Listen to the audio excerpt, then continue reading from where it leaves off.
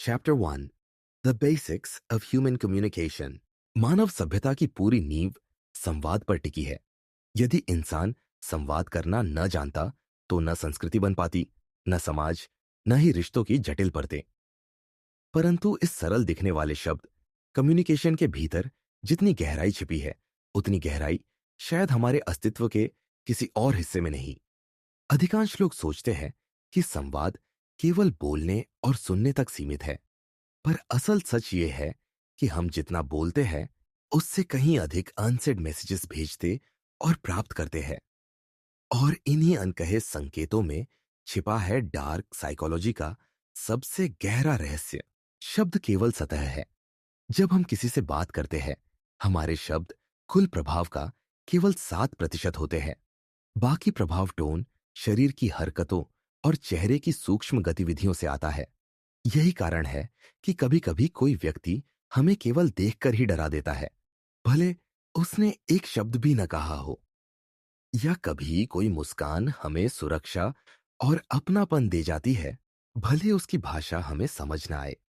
ये है कम्युनिकेशन का बेसिक ट्रूथ कि असली संवाद सबकॉन्शियस लेवल पर होता है। कॉन्शियस कम्युनिकेशन और सबकॉन्शियस कम्युनिकेशन के बीच का फर्क समझना बेहद जरूरी है। जब हम कॉन्शियसली बोलते हैं तो हम सोच समझकर वाक्य बनाते हैं, लेकिन सबकॉन्शियस कम्युनिकेशन बिना सोचे समझे हमारी बॉडी लैंग्वेज, टोन और माइक्रो एक्सप्रेशन से बाहर आता है। और यही हिस्सा सबसे खतरनाक भी है, क्योंकि इसमें इंसान का असली सच झलकता है। कोई झूठा अपने शब्दों से बहुत कुछ छिपा सकता है, लेकिन उसकी आंखें, उसकी आवाज का कंपन और उसके होठों का हल्का सा हिलना उस झूठ को खोलकर रख देता है। यही कारण है कि एफबीआई इंटरोगेशन से लेकर हाई लेवल नेगोशिएशंस तक सब जगह विशेषज्ञ नॉन वर्बल सिग्नल्स पर सबसे अधिक ध्यान देते हैं। ये वे संकेत हैं जिन्हें इंसान नियंत्रित नहीं कर पाता। उदाहरण के लिए, जब कोई डरता है तो उसकी आंख की पुतलियां सिकुड़ जाती है। जब कोई आकर्षित होता है तो प्यूपिल्स फैल जाते हैं।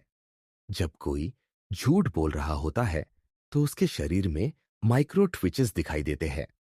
ये सिग्नल्स हमारे दिमाग के आदिम हिस्से प्रिमिटिव ब्रेन से आते हैं और इन्हें रोका नहीं जा सकता। डार्क साइकोलॉजी की नजर से देखें तो कम्युनिकेशन की असली ताकत यही है। शब्दों से किसी को बहकाना आसान है, लेकिन नॉन वर्बल कंट्रोल ही असली मैनिपुलेशन है। अगर कोई व्यक्ति अपनी आंखों से डर पैदा करना सीख ले, अपनी आवाज से भरोसा दिलाना जान ले, अपने जेस्चर से अथॉरिटी स्थापित कर ले, तो वह बिना बोले भी लोगों पर कंट्रोल रख सकता है। यही कारण है कि इतिहास के सबसे बड़े नेता और मैनिपुलेटर्स अक्सर मास्टर कम्युनिकेटर्स रहे हैं। अब आइए बात करें टोन ऑफ वॉइस की। मनोविज्ञान में इसे पैरालिंग्विस्टिक्स कहा जाता है। यह केवल यह नहीं कि आप क्या कहते हैं, बल्कि ये कि कैसे कहते हैं। एक ही वाक्य को अलग अलग टोन में बोलकर उसका पूरा मीनिंग बदल दिया जा सकता है। जैसे आई ट्रस्ट यू को शांत, गहरी आवाज में कहा जाए तो यह सुरक्षा का एहसास कराएगा। वही वाक्य अगर ठंडी और कटु आवाज में कहा जाए तो यह व्यंग्य लगेगा। और यही है कम्युनिकेशन की हिडन शक्ति। शब्द से अधिक टोन काम करता है। डार्क साइकोलॉजी में टोन को अक्सर इमोशनल वेपन कहा गया है, क्योंकि यह सीधे सबकॉन्शियस माइंड को बाईपास कर जाता है। साइलेंस भी एक कम्युनिकेशन है। जब आप किसी कमरे में किसी को क्वेश्चन पूछते हैं और वह चुप रहता है, तो वह साइलेंस भी उतना ही लाउड होता है जितना कोई शब्द। कभी साइलेंस डर पैदा करता है, कभी गिल्ट जगाता है, कभी अथॉरिटी स्थापित करता है। इंटरोगेशन रूम्स में साइलेंस को वेपन की तरह इस्तेमाल किया जाता है। कई बार पुलिस कुछ पूछने के बाद जानबूझकर लंबे समय तक चुप रहती है। यह साइलेंस व्यक्ति के दिमाग को दबाव में डाल देता है और वह खुद अपने शब्दों से अपनी गलती उगल देता है। लेकिन कम्युनिकेशन का सबसे गहरा पहलू है सबकॉन्शियस अब्जॉर्प्शन। जब हम किसी से बात करते हैं तो कॉन्शियसली हम केवल शब्द सुनते हैं, लेकिन सबकॉन्शियस दिमाग एक साथ कई सिग्नल्स अब्सॉर्ब करता है। जैसे सामने वाले की आंखों का कांटेक्ट, उसकी सांस की गति, उसकी आवाज की लय, उसकी माइक्रो एक्सप्रेशंस। यही कारण है कि कभी-कभी हमें इंस्टिंक्टिवली किसी पर भरोसा हो जाता है और कभी बिना वजह किसी से असहजता महसूस होती है। ये इंस्टिंक्ट असल में सबकॉन्शियस डेटा प्रोसेसिंग है। अब सवाल उठता है कि कम्युनिकेशन को इतना गहराई से समझने का फायदा क्या है? इसका फायदा यह है कि जब आप समझ जाते हैं कि लोग कैसे सिग्नल्स भेजते और एब्जॉर्ब करते हैं, तो आप दो काम कर सकते हैं। पहला, आप दूसरों के हिडन इमोशंस और इंटेंशंस पकड़ सकते हैं। दूसरा, आप खुद के सिग्नल्स को इस तरह कंट्रोल करना सीख सकते हैं कि सामने वाला वैसा ही महसूस करे जैसा आप चाहते हैं। यही है डार्क कम्युनिकेशन की शुरुआत। मनोविज्ञान में एक टर्म है, लीकेज। इसका मतलब है कि भले ही इंसान अपने शब्दों को कंट्रोल कर ले, लेकिन उसके असली भाव, उसके बॉडी लैंग्वेज और माइक्रो एक्सप्रेशन से लीक हो ही जाते हैं। उदाहरण के लिए, जब कोई बहुत खुश होने का नाटक करता है, लेकिन उसकी आंखों के कोनों में दूचन स्माइल नहीं होती, तो यह साबित कर देता है कि उसकी खुशी नकली है। इसी तरह, जब कोई व्यक्ति झूठ बोलता है, तो वह अनजाने में अपनी नाक छू लेता है या होंठ काटता है। ये सब लीकेज के सिग्नल्स हैं। डार्क साइकोलॉजी एक्सपर्ट्स इन्हीं लीक्स को पकड़कर इंसान की असली सच्चाई समझते हैं। अब कम्युनिकेशन का एक और अंधेरा पक्ष है, पावर डायनेमिक्स। बातचीत में हमेशा एक व्यक्ति डोमिनेंट होता है और दूसरा सबमिसिव। यह डोमिनेंस हमेशा शब्दों से तय नहीं होती। कई बार केवल पोस्चर, आवाज की गहराई और नजर की स्टेडीनेस ही सामने वाले को अधीन कर देती है। यदि कोई व्यक्ति बैठा है और दूसरा खड़ा होकर उस पर झुकता है, तो ये एक नॉन वर्बल डोमिनेंस है। यदि कोई व्यक्ति बातचीत के बीच बार बार इंटरप्ट करता है और उसकी आवाज ज्यादा तेज है, तो ये भी डोमिनेंस का संकेत है। कम्युनिकेशन हमेशा एक सटल पावर गेम है। डार्क साइकोलॉजी इस गेम को वेपनाइज करती है। जब आप सीख जाते हैं कि शब्दों से ज्यादा ताकत जेस्चर्स और टोन्स में है, तब आप इसे अपने फायदे के लिए इस्तेमाल कर सकते हैं। उदाहरण के लिए, आप किसी निगोशिएशन में अपने साइलेंस और आई कांटेक्ट से ही दूसरे व्यक्ति को असहज कर सकते हैं। आप अपने वर्ड्स से ट्रस्ट दिखा सकते हैं, लेकिन अपने बॉडी लैंग्वेज से छिपा हुआ डर पैदा कर सकते हैं। आप सामने वाले को कंफ्यूज कर सकते हैं, उसे अपनी ही परसेप्शंस पर शक करने पर मजबूर कर सकते हैं। यही है कम्युनिकेशन एज मैनिपुलेशन। लेकिन यह समझना भी उतना ही जरूरी है कि कम्युनिकेशन केवल कंट्रोल के लिए नहीं, बल्कि सर्वाइवल के लिए भी है। एवोल्यूशनरी साइकोलॉजी बताती है कि हमारी प्रजाति इसलिए बची क्योंकि हमने सिग्नल्स पढ़ना सीखा। हमारे पूर्वज जंगल में प्रेडेटर्स के सटल साइंस पकड़ते थे। वे चेहरे के भाव देखकर तय करते थे कि कौन दोस्त है और कौन दुश्मन। यही सर्वाइवल इंस्टिंक्ट आज भी हमारे सबकॉन्शियस माइंड में छिपी हुई है। जब हम किसी के साथ बैठते हैं और बिना वजह असहज महसूस करते हैं, तो ये वही एंशिएंट सर्वाइवल इंस्टिंक्ट है जो हमें डेंजर सिग्नल देती है। इस पूरे चैप्टर का सार यही है कि कम्युनिकेशन कभी भी सिर्फ शब्द नहीं होता। ये एक लेयर्ड प्रोसेस है। ऊपर की परत में वर्ड्स हैं, उसके नीचे टोन और साइलेंस है, और सबसे नीचे सबकॉन्शियस सिग्नल्स और इंस्टिंक्ट्स। डार्क साइकोलॉजी कम्युनिकेशन के इन्हीं निचले स्तरों को पकड़ती है और उन्हें हथियार की तरह इस्तेमाल करती है। और अगर आप कम्युनिकेशन के इन हिडन लेयर्स को समझना सीख गए, तो आप न केवल दूसरों को मैनिपुलेट कर सकते हैं, बल्कि खुद मैनिपुलेशन से भी बच सकते हैं। कम्युनिकेशन साइकोलॉजी की यही शुरुआत है।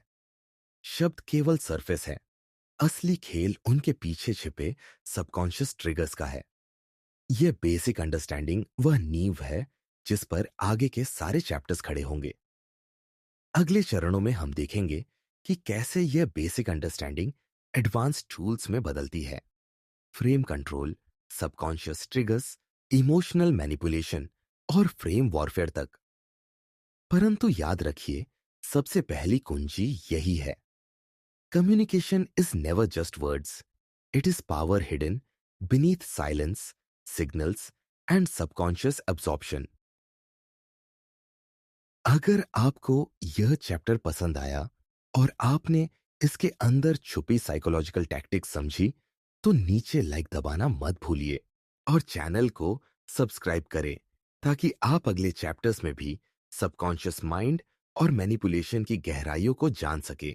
कमेंट में बताइए कि आप अगली बार किस साइकोलॉजिकल या डार्क साइकोलॉजी टॉपिक पर मास्टरी चाहते हैं। याद रखिए, नॉलेज ही सबसे बड़ी पावर है और पावर आपके हाथ में होना चाहिए। Chapter 2, the subconscious language. मानव संवाद की सबसे खतरनाक और रहस्यमयी परत है सबकॉन्शियस लैंग्वेज। यह वह भाषा है जिसे हम बोलते नहीं पर भेजते हैं, जिसे हम सुनते नहीं पर महसूस करते हैं। शब्द तो केवल सतही सतह है, लेकिन असली शक्ति उन संकेतों में है जो हमारी अवेयरनेस से परे होते हैं। यही भाषा है जिसे जानवर बिना शब्दों के समझ लेते हैं। यही भाषा है जिसे बच्चे बिना बोलना सीखे पकड़ लेते हैं। और यही भाषा है जिसे डार्क साइकोलॉजी सबसे ज्यादा वेपनाइज करती है। जब हम किसी व्यक्ति से मिलते हैं तो हमारा दिमाग 200 मिलीसेकंड के भीतर तय कर लेता है कि वह भरोसेमंद है या नहीं।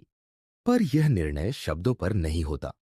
यह निर्णय होता है सबकॉन्शियस सिग्नल्स पर, चेहरे की हरकतों, आवाज के उतार चढ़ाव और उनके बीच छिपी हुई चुप्पी पर।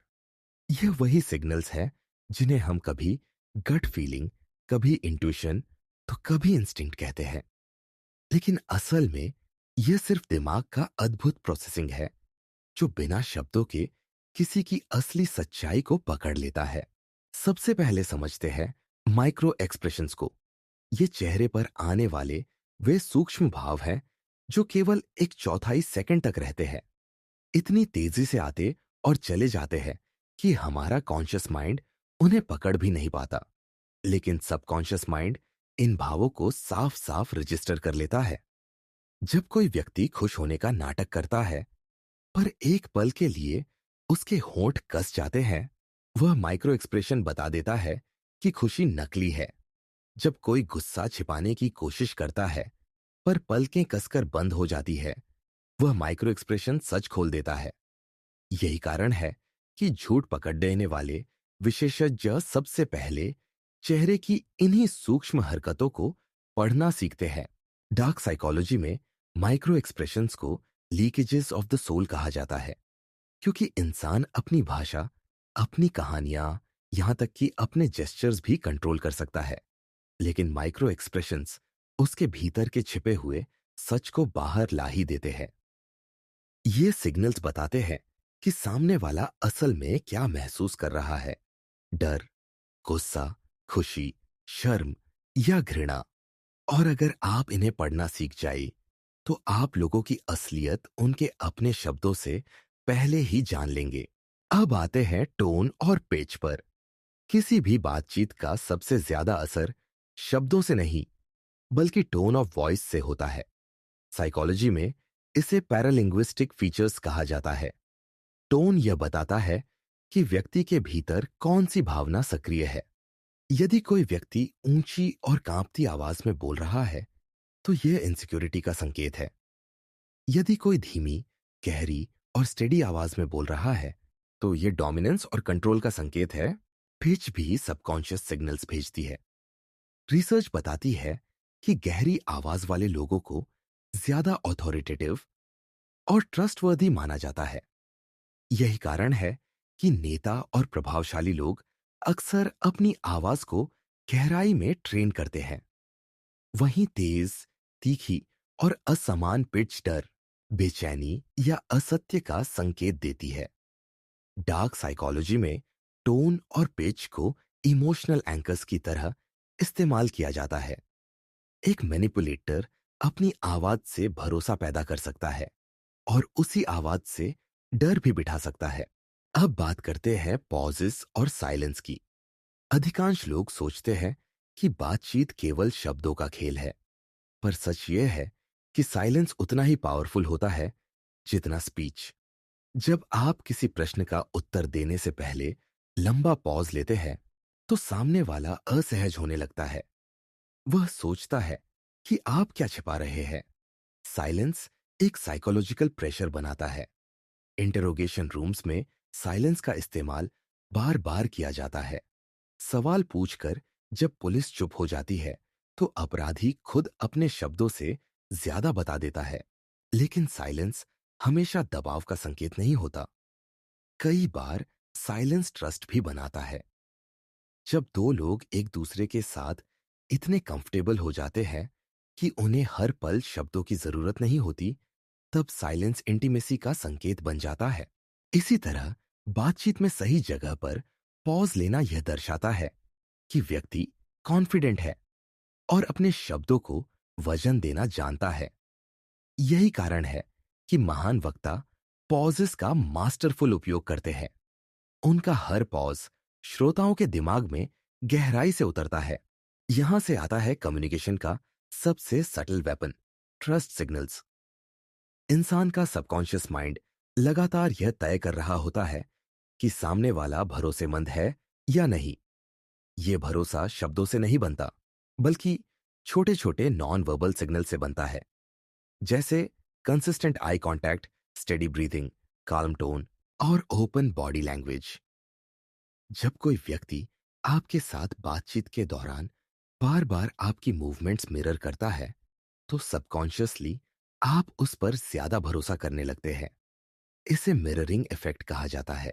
ट्रस्ट बनाने के लिए सबकॉन्शियसली सबसे मजबूत सिग्नल है कॉन्ग्रुएंस।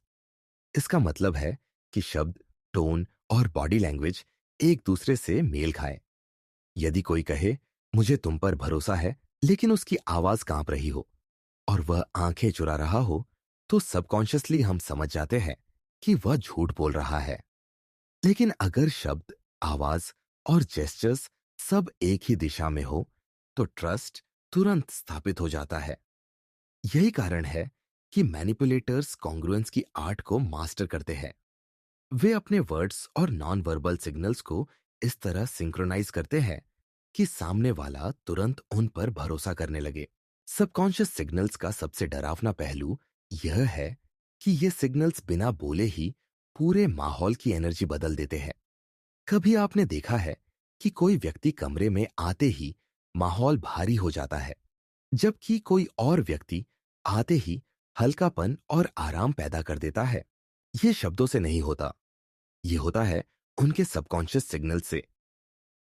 उनकी पॉस्चर, उनकी ब्रीदिंग रिदम, उनकी आंखों की स्टेडीनेस पूरे कमरे की साइकोलॉजी बदल देती है। डार्क साइकोलॉजी का असली खेल यहीं से शुरू होता है। यदि कोई व्यक्ति अपने सबकॉन्शियस सिग्नल्स को कंट्रोल करना सीख ले, तो वह दूसरों की भावनाओं को बिना शब्दों के मैनिपुलेट कर सकता है। वह लोगों में डर, भरोसा, गिल्ट या आकर्षण पैदा कर सकता है। उदाहरण के लिए, एक मैनिपुलेटर मीटिंग में अपनी आवाज को स्थिर और गहरा रखकर अथॉरिटी स्थापित करता है। वह स्ट्रेटेजिक पॉजेस का उपयोग कर दूसरे को असहज करता है। वह अपनी आंखों से स्टेडी कांटेक्ट रखकर सामने वाले को साइकोलॉजिकली लॉक कर देता है। और यह सब इतना सटल होता है कि सामने वाला कभी समझ भी नहीं पाता कि उस पर इन्फ्लुएंस डाला जा रहा है। परंतु यह समझना भी जरूरी है कि सबकॉन्शियस सिग्नल्स केवल मैनिपुलेशन के लिए नहीं, बल्कि सर्वाइवल और कनेक्शन के लिए भी जरूरी है। इवोल्यूशनरी साइकोलॉजी बताती है कि हमारी प्रजाति ने लैंग्वेज आने से बहुत पहले सिग्नल्स पढ़ना सीख लिया था। जब शिकारी जनजातियां जंगल में रहती थीं, तब सर्वाइवल इसी पर निर्भर करता था कि कौन सटल संकेतों से खतरे को पहचान लेता है। इसी कारण हमारा दिमाग आज भी माइक्रो एक्सप्रेशंस, टोन और साइलेंस को गहराई से प्रोसेस करता है। इस अध्याय का सार यही है कि कम्युनिकेशन का सबसे गहरा पहलू वह है जो दिखाई नहीं देता। Micro expressions, tone and pitch, pauses and silence और ट्रस्ट सिग्नल्स ही असली भाषा है। शब्द तो केवल सरफेस है, असली बातचीत सबकॉन्शियस लेवल पर होती है। डार्क साइकोलॉजी इसी हिडन लेयर को वेपनाइज करती है। जो व्यक्ति इन संकेतों को पढ़ना और कंट्रोल करना सीख लेता है, वह न केवल दूसरों की असल भावनाएं जान सकता है, बल्कि खुद को एक ऐसा मास्टर कम्युनिकेटर बना सकता है जो शब्दों से अधिक सबकॉन्शियस सिग्नल से इन्फ्लुएंस करता है। यही है द सबकॉन्शियस लैंग्वेज, एक ऐसी भाषा जिसे सब बोलते हैं, सब समझते हैं, पर कोई स्वीकार नहीं करता। यह भाषा शब्दों से गहरी, भावनाओं से तेज और मैनिपुलेशन से कहीं अधिक खतरनाक है। और यदि आप इस भाषा को समझ गए, तो आप न सिर्फ दूसरों के मन पढ़ पाएंगे, बल्कि उनके डिसीजंस तक को बिना बोले बदल सकेंगे। Chapter 3, power of frame control. मानव संवाद, ह्यूमन इंटरेक्शन केवल शब्दों का खेल नहीं है। असली खेल है फ्रेम कंट्रोल का। हर बातचीत में, हर मीटिंग में, हर रिश्ते में कोई ना कोई यह तय कर रहा होता है कि इस इंटरेक्शन का फ्रेम कौन गढ़ेगा। यह फ्रेम तय करता है कि किसकी परिभाषा चलेगी, किसका नजरिया हावी होगा और किसका दिमाग बिना जाने ही इन्फ्लुएंस हो जाएगा। फ्रेम को समझना और उसे नियंत्रित करना आपको सिर्फ बातचीत में ही नहीं, बल्कि जीवन के हर क्षेत्र में शक्ति देता है। यही कारण है कि डार्क साइकोलॉजी में फ्रेम कंट्रोल को एक केंद्रीय हथियार माना जाता है। एक फ्रेम क्या है? फ्रेम फ्रेम को आप एक मानसिक चश्मा समझ सकते हैं। यह वह संदर्भ, कॉन्टेक्स्ट है जिसमें बातचीत होती है। यह तय करता है कि चीजों को किस लेंस से देखा जाएगा। उदाहरण के लिए, अगर मैं कहूं यह इंटरव्यू आपके लिए मौका है खुद को साबित करने का, तो मैंने फ्रेम सेट कर दिया कि आप छोटे हैं और आपको खुद को योग्य साबित करना होगा। लेकिन अगर आप कहें यह इंटरव्यू मेरे लिए है, यह तय करने का कि आपकी कंपनी मेरे लिए सही है या नहीं, तो फ्रेम बदल गया। अब आप हाई स्टेटस पोजीशन में हैं। फ्रेम का मतलब है कौन कहानी का मालिक है, कौन नियम बनाता है, कौन तय करता है कि बातचीत किस दिशा में जाएगी। फ्रेम कंट्रोल उस लेंस को पकड़ना और बदलना जिससे लोग रियल लाइफ सिचुएशंस को परसीव करते हैं। 2. How people impose frames in conversations. लोग फ्रेम थोपते कैसे हैं? 1. लैंग्वेज और शब्दों का चुनाव। शब्द ही कहानी लिखते हैं। अगर कोई कहे तुम हमेशा देर से आते हो, तो उसने फ्रेम इम्पोज कर दिया कि आप लापरवाह हैं। अगर आप जवाब दें मैं देर से आता हूं क्योंकि मेरा समय कीमती है और मैं उसे सही जगह इन्वेस्ट करता हूं, तो आपने फ्रेम पलट दिया। 2. कॉन्फिडेंस और सर्टेनिटी।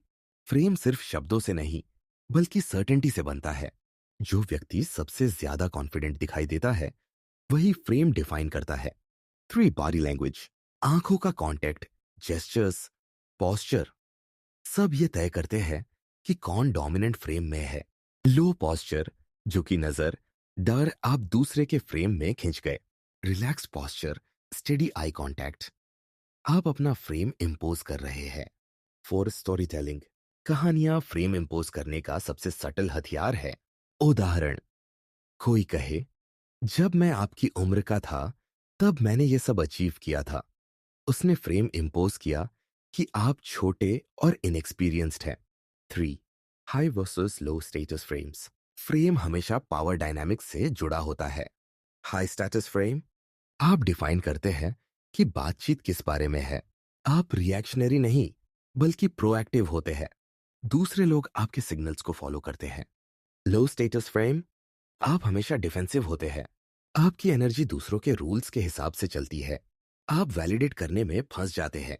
डार्क साइकोलॉजी यही सिखाती है, कभी लो स्टेटस फ्रेम में मत जाओ, क्योंकि एक बार आप डिफेंसिव हो गए, आप हार गए।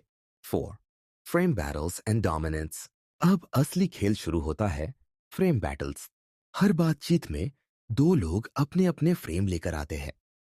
सवाल यह है कि किसका फ्रेम टिकेगा। फ्रेम बैटल के रूल्स। 1. Frame collision. जब दो विपरीत फ्रेम्स टकराते हैं, जैसे बॉस ये डेडलाइन इम्पॉसिबल है, तुम्हें पूरा करना ही होगा। कर्मचारी, अगर ये इम्पॉसिबल है तो शायद आपकी एक्सपेक्टेशंस अनरियलिस्टिक है। यहां दोनों ने फ्रेम कोलाइड किया। 2. Frame rejection. अगर आप सीधे सीधे दूसरे का फ्रेम रिजेक्ट कर देते हैं। एग्जाम्पल, कोई कहे तुम्हें इम्प्रेस करने के लिए बहुत मेहनत करनी होगी। आप कहे मुझे किसी को इम्प्रेस करने की जरूरत नहीं। 3. Frame absorption. आप सामने वाले का फ्रेम एब्जॉर्ब करके पलट देते हैं। एग्जाम्पल, कोई बोले तुम्हारा काम परफेक्ट नहीं है, आप रिप्लाई दें परफेक्ट कभी होता ही नहीं, क्रिएटिविटी इम्परफेक्शन से आती है। कार डोमिनेंस विया साइलेंस, कभी सबसे मजबूत फ्रेम साइलेंस से इंपोज होता है। जब आप काल्म और कंपोज्ड रहकर पॉज करते हैं तो सामने वाला अनकॉन्शियसली आपके फ्रेम में आ जाता है। 5. Real world examples of frame control. Negotiation. एक बायर कहता है ये बहुत महंगा है। अगर आप कहें ठीक है, आप सही है, हम डिस्काउंट दे देंगे, आपने लो स्टेटस फ्रेम ले लिया। लेकिन अगर आप कहें क्वालिटी हमेशा चीप नहीं होती, ये सिर्फ प्रोडक्ट नहीं, इन्वेस्टमेंट है, आपने फ्रेम कंट्रोल किया। Social interactions. कोई कहता है तुम बहुत शांत रहते हो, शायद शर्मीले हो। अगर आप डिफेंड करें, आप उनके फ्रेम में फंस गए। अगर आप कहे मैं ऑब्जर्व करता हूं क्योंकि असली पावर साइलेंस में है, आपने फ्रेम फ्लिप कर दिया। रिलेशनशिप्स। पार्टनर कहे तुम कभी सही से टाइम नहीं देते, डिफेंसिव रिएक्शन अर्थ हार, फ्रेम कंट्रोल रिएक्शन कान मैं क्वालिटी को क्वांटिटी से ऊपर मानता हूं। जब हम साथ होते हैं वो सबसे डीप होता है।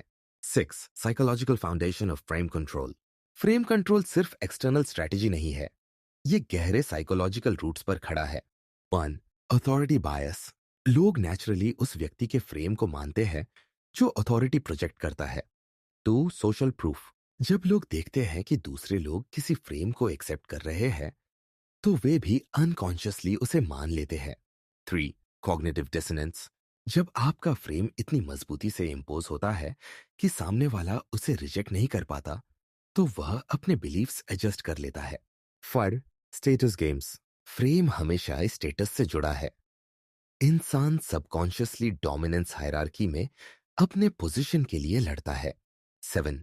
Dark side of frame control. Frame control सिर्फ पर्सुएशन का टूल नहीं है, ये मैनिपुलेशन का भी हथियार है। कल्ट लीडर्स फ्रेम कंट्रोल करते हैं ताकि लोग ब्लाइंड ओबीडियंस करें। टॉक्सिक रिलेशनशिप्स में एक पार्टनर हर कॉन्वर्सेशन का फ्रेम कंट्रोल करके दूसरे को पावरलेस बना देता है। पॉलिटिशियंस पब्लिक डिस्कोर्स का फ्रेम कंट्रोल करके मैस साइकोलॉजी मैनिपुलेट करते हैं। ये दिखाता है कि फ्रेम कंट्रोल एथिकली और अनएथिकली दोनों तरह से यूज हो सकता है। 8. How to master frame control. 1. Self awareness. सबसे पहले पहचानिए कि अभी आप किसके फ्रेम में ऑपरेट कर रहे हैं। 2. Practice reframing. हर इंसल्ट, हर क्रिटिसिज्म को नए एंगल से फ्रेम करें। एग्जाम्पल, तुम बहुत स्टबन हो, हाँ मैं कमिटेड हूं अपने प्रिंसिपल्स के लिए। 3. Emotional detachment. फ्रेम कंट्रोल करने वाला कभी रिएक्टिव नहीं होता, कामनेस ही सबसे मजबूत फ्रेम है। 4. Use silence. पॉज आपकी सबसे बड़ी ताकत है, silence dominance. 5. Story telling as a weapon.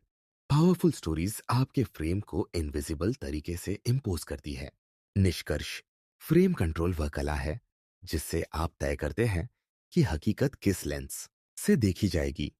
बातचीत, रिश्ते और जीवन का हर इंटरैक्शन इसी पावर स्ट्रगल पर टिका है।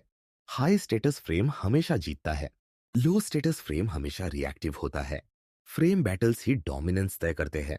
और सबसे बड़ा सच, जो फ्रेम को कंट्रोल करता है वही हकीकत को कंट्रोल करता है।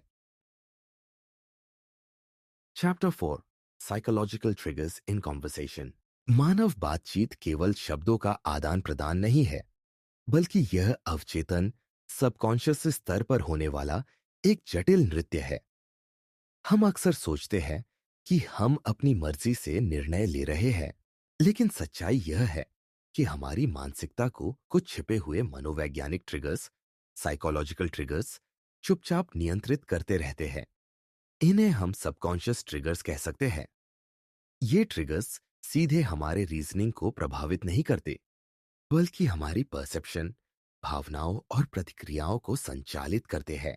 कई बार किसी बातचीत के बाद आपको लगता होगा कि आपने बिना सोचे समझे हाँ कह दिया, या किसी ने आपकी राय बदल दी, जबकि आप पहले बिल्कुल अलग सोच रहे थे। यही है सबकॉन्शियस ट्रिगर्स का प्रभाव। इस अध्याय में हम 4 प्रमुख मनोवैज्ञानिक प्रक्रियाओं को समझेंगे: anchoring effect, priming, mirror neurons और सटल कंप्लायंस ट्रिगर्स।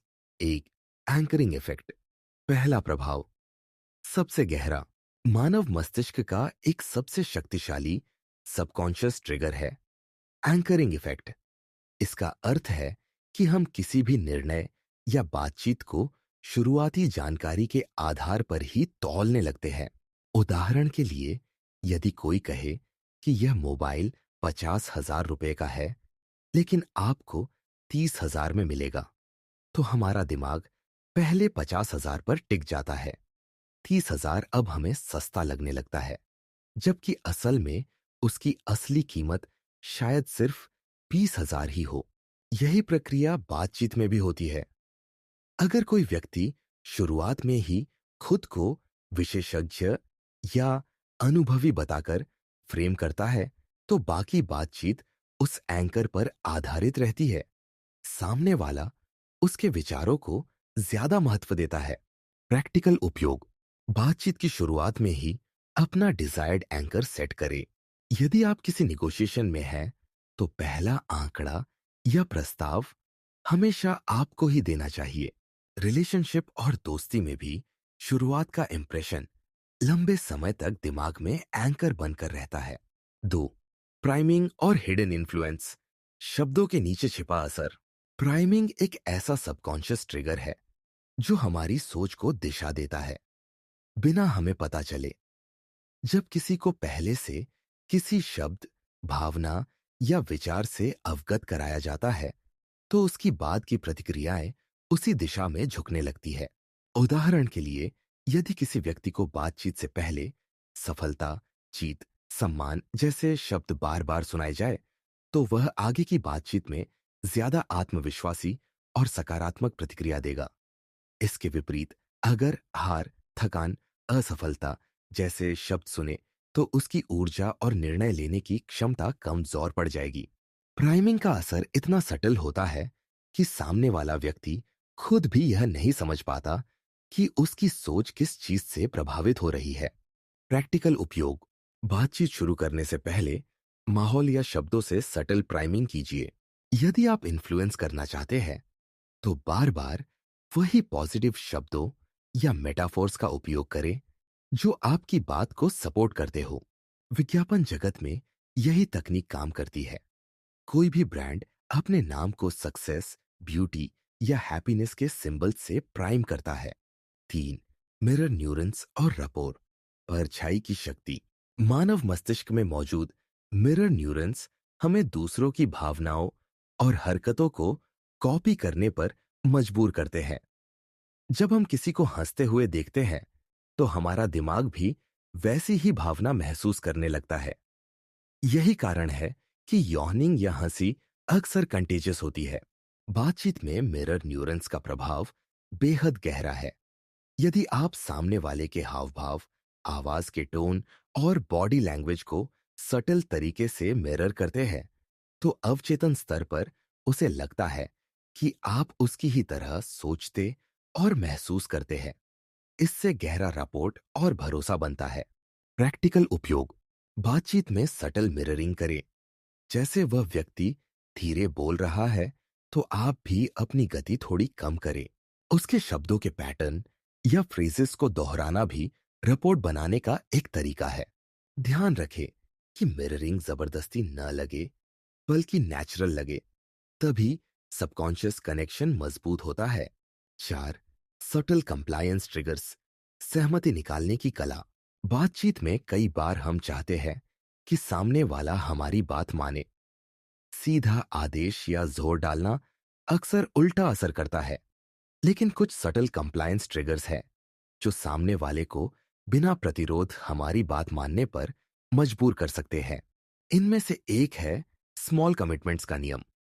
अगर आप किसी से छोटे छोटे हाँ निकलवा लेते हैं, तो धीरे धीरे बड़े मुद्दों पर भी उसकी सहमति मिलने लगती है। उदाहरण के लिए, यदि आप किसी दोस्त से पूछे, तुम्हें लगता है कि समय की बचत करना जरूरी है ना? वह शायद हाँ कह देगा। फिर आप पूछें, और अगर कुछ काम जल्दी हो जाए तो अच्छा होगा, है ना? फिर हाँ।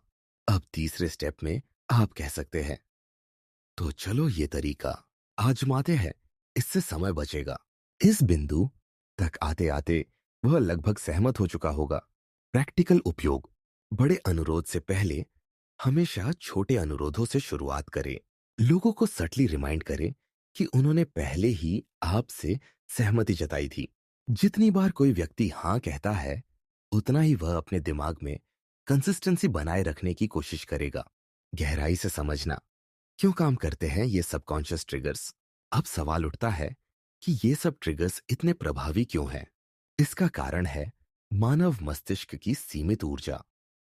हमारा ब्रेन हर सेकंड लाखों सूचनाओं को प्रोसेस कर रहा होता है, लेकिन सचेत कॉन्शियस स्तर पर हम एक बार में बहुत कम चीजों पर ध्यान दे सकते हैं। इसलिए मस्तिष्क शॉर्टकट्स या ह्यूरिस्टिक्स का इस्तेमाल करता है। एंकरिंग, प्राइमिंग, मिररिंग और कंप्लायंस ट्रिगर्स, ये सभी शॉर्टकट्स हैं। ये हमें जल्दी निर्णय लेने में मदद करते हैं। लेकिन जो लोग इन प्रक्रियाओं को समझते हैं, वे इन्हें दूसरों पर इन्फ्लुएंस के लिए प्रयोग कर सकते हैं। यही कारण है कि यह ज्ञान डार्क साइकोलॉजी और पर्सुएशन टेक्निक्स का मूल हिस्सा है। निष्कर्ष, सबकॉन्शियस ट्रिगर्स हमारे जीवन की हर बातचीत में मौजूद होते हैं। चाहे हम खरीदारी कर रहे हो, दोस्ती निभा रहे हो, नौकरी का इंटरव्यू दे रहे हो या किसी रिश्ते को मजबूत बना रहे हो, ये अदृश्य मनोवैज्ञानिक तंतु हमें गाइड करते हैं। एंकरिंग इफेक्ट हमें शुरुआती जानकारी से बांध देता है। प्राइमिंग हमारी सोच को अनजाने में दिशा देता है। मिरर न्यूरॉन्स हमें भावनात्मक स्तर पर जोड़ते हैं। सटल कंप्लायंस ट्रिगर्स हमें धीरे धीरे सहमत कराते हैं। अगर आप इन्हें पहचान लेते हैं और प्रयोग करना सीख जाते हैं, तो बातचीत में आपकी प्रभावशीलता कई गुना बढ़ जाएगी। आप न केवल दूसरों की सोच को समझ पाएंगे, बल्कि उनके अवचेतन पर असर डालकर सिचुएशंस को अपने पक्ष में मोड़ पाएंगे। Chapter 5, persuasion and influence tactics. मानव मनोविज्ञान का सबसे खतरनाक और शक्तिशाली क्षेत्र है पर्सुएशन साइकोलॉजी। ये वह कला है जिसमें शब्द, भावनाएं और सटल सिग्नल्स का इस्तेमाल करके किसी की सोच, निर्णय और व्यवहार को प्रभावित किया जाता है। बातचीत या इंटरेक्शन में अक्सर हम सोचते हैं कि हम अपनी मर्जी से निर्णय ले रहे हैं, लेकिन डार्क साइकोलॉजी की दुनिया में यही वह क्षेत्र है जहां सबकॉन्शियस ट्रिगर्स और इन्फ्लुएंस टैक्टिक्स काम करती है। यह अध्याय आपको बताएगा कि कैसे लोग foot in the door technique, scarcity और फोमो, स्टोरी टेलिंग और इमोशनल हाईजैकिंग का इस्तेमाल करके दूसरों को बिना विरोध किए मैनिपुलेट करते हैं। यदि आप इन तरीकों को समझ लें, तो न केवल दूसरों की सोच को पढ़ पाएंगे, बल्कि अपनी कम्युनिकेशन और परसुएशन स्किल्स को भी कई स्तरों पर एनहांस कर सकते हैं। एक, foot in the door technique. छोटे कदम, बड़ा प्रभाव। Foot in the door technique एक साइकोलॉजिकल टैक्टिक है जिसमें किसी व्यक्ति से पहले एक छोटा रिक्वेस्ट लिया जाता है और उसके बाद धीरे धीरे बड़े रिक्वेस्ट को स्वीकार करवा लिया जाता है। मानव मस्तिष्क में एक सबकॉन्शियस नियम काम करता है, कंसिस्टेंसी बायस। हम चाहते हैं कि हमारे निर्णय और एक्शंस एक दूसरे के साथ कोहेरेंट और कंसिस्टेंट हो।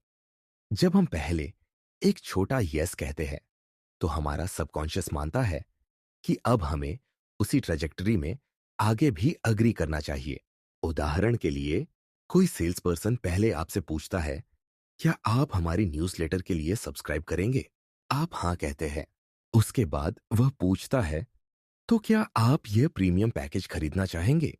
हाँ कहने की संभावना अब अधिक बढ़ जाती है। Foot in the door technique की ताकत यही है कि यह लोगों की सेल्फ परसेप्शन का सटल इस्तेमाल करता है। एक बार आपने हाँ कह दिया, तो सबकॉन्शियस सोचता है कि आप कोऑपरेटिव और अग्रीएबल व्यक्ति हैं। यही रीजन है कि पर्सुएशन और मैनिपुलेशन में यह टैक्टिक लगातार इस्तेमाल होती है। डार्क साइकोलॉजी में इसे अक्सर मास इन्फ्लुएंस और कल्ट पर्सुएशन में भी देखा जाता है। छोटे रिक्वेस्ट्स के माध्यम से विश्वास बनाया जाता है, फिर धीरे धीरे बड़े कमिटमेंट्स लिए जाते हैं। दो, स्कैरसिटी और फोमो, खोने का डर। एक और बेहद शक्तिशाली पर्सुएशन टैक्टिक है स्कैर्सिटी और उससे उत्पन्न होने वाला FOMO, fear of missing out. मानव मस्तिष्क एवोल्यूशन के दौरान स्कैर्सिटी के प्रति हाइपर सेंसिटिव बना है। यदि किसी रिसोर्स या अवसर की कमी होती है तो हमारा सबकॉन्शियस अलार्म ट्रिगर कर देता है, तुरंत निर्णय लो, कहीं यह मौका हाथ से न निकल जाए। मार्केटिंग और सेल्स में इसे अत्यधिक इस्तेमाल किया जाता है। Limited time offers, limited stock warnings, exclusive access. लेकिन केवल कॉमर्स ही नहीं, पर्सनल इंटरेक्शंस में भी यह टैक्टिक काम करती है। यदि कोई सटली यह संकेत दे कि समय या अवसर सीमित है, तो सामने वाला व्यक्ति अवचेतन स्तर पर जल्दी डिसीजन लेने को मजबूर हो जाता है। फोमो का असर इतना गहरा होता है कि लोग अपने रैशनल जजमेंट को छोड़कर इम्पल्सिव डिसीजंस लेने लगते हैं। डार्क साइकोलॉजी में इसे एक मैनिपुलेशन टूल के रूप में देखा जाता है।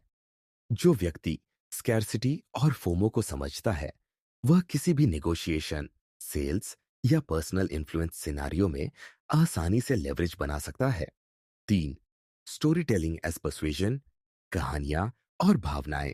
कहानी कहना केवल मनोरंजन का तरीका नहीं है, यह सबकॉन्शियस माइंड पर प्रभाव डालने का सबसे शक्तिशाली तरीका है।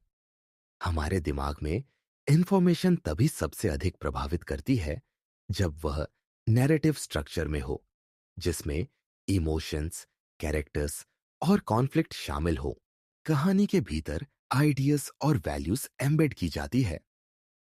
हम देखते हैं कि प्रोटैगनिस्ट ने कैसे डिसीजन लिया और अनकॉन्शियसली खुद भी वही विचार अपनाते हैं। स्टोरी टेलिंग पर्सुएशन में 3 महत्वपूर्ण हिस्से हैं। 1. Emotional connection. जब कहानी में कोई रिलेटेबल कैरेक्टर या इमोशन हो तो हम सबकॉन्शियसली उस नैरेटिव में इन्वेस्ट कर लेते हैं। 2. Subtle suggestion. 3. Memory encoding. हमारे दिमाग में कहानियां फैक्ट्स की तुलना में ज्यादा लंबे समय तक रहती है, इसलिए पर्सुएशन मैसेजेस स्टोरी के माध्यम से अधिक प्रभावी बनते हैं। उदाहरण, एक मोटिवेशनल स्पीकर कहता है, मैं भी पहले फेलियर का सामना करता था, लेकिन मैंने स्ट्रैटेजी बदली और सफलता पाई। इसके बजाय सीधे कहने से आपको स्ट्रैटेजी बदलनी चाहिए, असर बहुत कम होता। कहानी लोगों को इंस्पायर करती है। सबकॉन्शियस में लर्निंग और बिलीफ दोनों एनकोड होती है। डार्क साइकोलॉजी में स्टोरी टेलिंग का इस्तेमाल सटल मैनिपुलेशन के लिए भी किया जाता है। लोगों को छोटे छोटे स्टोरीज के माध्यम से धीरे धीरे इन्फ्लुएंस किया जाता है, ताकि वे खुद अनअवेयर रहे कि उनका बिहेवियर गाइडेड हो रहा है। 4. इमोशनल हाईजैकिंग, भावना पर नियंत्रण। मानव निर्णय का सबसे बड़ा ड्राइवर इमोशन है। अक्सर हम सोचते हैं कि हम रैशनल डिसीजंस ले रहे हैं, लेकिन सबकॉन्शियस इमोशंस हमारी सोच को डोमिनेट कर देते हैं। इसे इमोशनल हाईजैकिंग कहा जाता है। जब आप किसी व्यक्ति के सबकॉन्शियस इमोशंस को टारगेट करते हैं, तो आप उसकी लॉजिकल प्रोसेसिंग को बाईपास कर सकते हैं। उदाहरण, फियर, किसी को डराने के लिए सटल थ्रेट्स या अनसर्टेनिटी क्रिएट करना। प्राइड, किसी की ईगो और सेल्फ इमेज को टारगेट करना। गिल्ट, दूसरे के सबकॉन्शियस गिल्ट ट्रिगर्स को एक्टिवेट करना। डार्क साइकोलॉजी में स्किल्ड पर्सुएडर्स इमोशंस का प्रिसाइज एक्सप्लॉयटेशन करते हैं। वह जानता है कि अगर वह राइट इमोशनल ट्रिगर को एक्टिवेट कर दे तो सामने वाला व्यक्ति तुरंत रिएक्शन दे देगा। जितना रीजनिंग किया जा सकता है, सबकॉन्शियस ओवरराइड कर देता है। इमोशनल हाईजैकिंग का असर इतना गहरा होता है कि लोग अपने रैशनल माइंड को सेकेंडरी रख देते हैं। यह टेक्निक निगोशिएशन, डिबेट, सेल्स और इंटरपर्सनल रिलेशनशिप्स में क्रिटिकल रूप से इस्तेमाल होती है। 5. सटल इंटीग्रेशन, चारों टेक्टिक्स का synergy. Foot in the door, scarcity FOMO, story telling और इमोशनल हाईजैकिंग अलग अलग शक्तिशाली टैक्टिक्स हैं, लेकिन इन्हें एक साथ इंटीग्रेट करने से प्रभाव एक्सपोनेंशियली बढ़ जाता है। उदाहरण, आप किसी को छोटे कमिटमेंट के लिए हाँ बोलवा लें, फुट इन द डोर, उसके बाद बताएं कि अवसर सीमित है। स्केर्सिटी फोमो, पूरी प्रक्रिया एक कहानी के माध्यम से प्रेजेंट करें। स्टोरी टेलिंग और उनके सबकॉन्शियस इमोशंस जैसे फियर या प्राइड को सटली ट्रिगर करें। इमोशनल हाईजैकिंग, इस तरह व्यक्ति अनकॉन्शियस लेवल पर आपके इन्फ्लुएंस में आ जाता है। वह रैशनली सोचने से पहले आपके फ्रेम्ड नैरेटिव और इमोशनल क्यूज के प्रभाव में होता है। डार्क साइकोलॉजी में यही मास्टरी कहलाती है, complete subconscious orchestration. She ethical और प्रैक्टिकल इम्प्लीकेशंस, यह समझना जरूरी है कि पर्सुएशन साइकोलॉजी को समझना और उसका मिसयूज करना दो अलग बातें हैं। एथिकल पर्सुएशन में आप लोगों के हित में इन्फ्लुएंस करते हैं। डार्क साइकोलॉजी में मैनिपुलेशन तब होती है जब आप उनकी ऑटोनॉमी ओवरराइड कर देते हैं। Practical applications, sales, marketing, negotiation, leadership और टीम मैनेजमेंट, पब्लिक स्पीकिंग और मोटिवेशनल कॉन्टेक्स्ट्स, पर्सनल रिलेशनशिप्स और इन्फ्लुएंस डायनामिक्स। जो लोग इन टैक्टिक्स को समझते हैं वे कॉन्वर्सेशन के हर स्टेप पर अवेयर रहते हैं। कैसे इन्फ्लुएंस पैदा हो रहा है, कौन सा ट्रिगर काम कर रहा है और कब इंटरवेंशन करना सही है। निष्कर्ष, पर्सुएशन एंड इन्फ्लुएंस टैक्टिक्स आपके सबकॉन्शियस माइंड की ताकत को समझने का माध्यम है। Foot in the door technique, scarcity और फोमो, स्टोरी टेलिंग और इमोशनल हाईजैकिंग, ये चार पिलर्स हैं जिनकी मदद से आप किसी भी कॉन्वर्सेशन में अपनी इन्फ्लुएंस बढ़ा सकते हैं। डार्क साइकोलॉजी में मास्टरी का अर्थ केवल दूसरों को कंट्रोल करना नहीं, बल्कि उनकी परसेप्शन और इमोशंस को पढ़ना और गाइड करना भी है। जब आप समझते हैं कि लोगों का सबकॉन्शियस कैसे काम करता है, तो आप न केवल बातचीत में प्रभावी बनते हैं, बल्कि हर इंटरैक्शन को अपनी रणनीति के अनुसार शेप कर सकते हैं। पर्सुएजन साइकोलॉजी का असली पावर यही है, छिपी हुई शक्तियों को पहचानना और उन्हें सटल येट प्रोफाउंड तरीके से इस्तेमाल करना। Chapter 6, dark emotional manipulation. मनुष्य की मानसिकता और भावनाएं अत्यधिक संवेदनशील और ससेप्टेबल होती है। डार्क साइकोलॉजी में इमोशनल मैनिपुलेशन वह कला है जिसमें व्यक्ति दूसरों की भावनाओं, विश्वासों और संवेदनाओं का सबटल एक्सप्लॉयटेशन करता है। यह मैनिपुलेशन इतना रिफाइंड होता है कि पीड़ित अक्सर महसूस भी नहीं करता कि उसकी वास्तविकता डिस्टॉर्ट हो रही है। इस अध्याय में हम चार प्रमुख इमोशनल मैनिपुलेशन टैक्टिक्स को विस्तार से समझेंगे। Gaslighting, love bombing, guilt trips और ब्लेम शिफ्टिंग, ट्रॉमा बॉन्डिंग। ये सभी टैक्टिक्स सबकॉन्शियस स्तर पर काम करती है और मानसिक, भावनात्मक और रिलेशनल डायनामिक्स को पूरी तरह प्रभावित करती है। चेक, गैसलाइटिंग, अपनी वास्तविकता पर शक करना। गैसलाइटिंग एक ऐसा मैनिपुलेशन टैक्टिक है जिसमें मैनिपुलेटर पीड़ित को अपनी परसेप्शन, मेमोरी और रियलिटी पर डाउट करने के लिए मैनिपुलेट करता है। इसे सटल फॉर्म्स में कॉन्वर्सेशन, जेस्चर और बिहेवियरल क्यूज के माध्यम से किया जाता है। उदाहरण के लिए, यदि कोई कहे, तुमने ऐसा कभी नहीं कहा, जबकि आपने वास्तव में कहा था, तो ये स्मॉल सीड ऑफ डाउट आपके सबकॉन्शियस में प्लांट हो जाता है। धीरे धीरे आप अपनी मेमोरी, परसेप्शन और जजमेंट पर विश्वास खो देते हैं। गैसलाइटिंग का साइकोलॉजिकल इफेक्ट इतना प्रोफाउंड होता है कि व्यक्ति खुद को अस्थिर, इनसिक्योर और डिपेंडेंट महसूस करने लगता है। मैनिपुलेटर इस स्थिति का फायदा उठाकर अपने कंट्रोल को मजबूत करता है। सबल मैकेनिज्म्स, रिपीटिशन, बार बार स्मॉल डिस्टॉर्शंस को रीइंफोर्स करना। डिनाइल, आपके अनुभवों को आउटराइट डिनाई करना।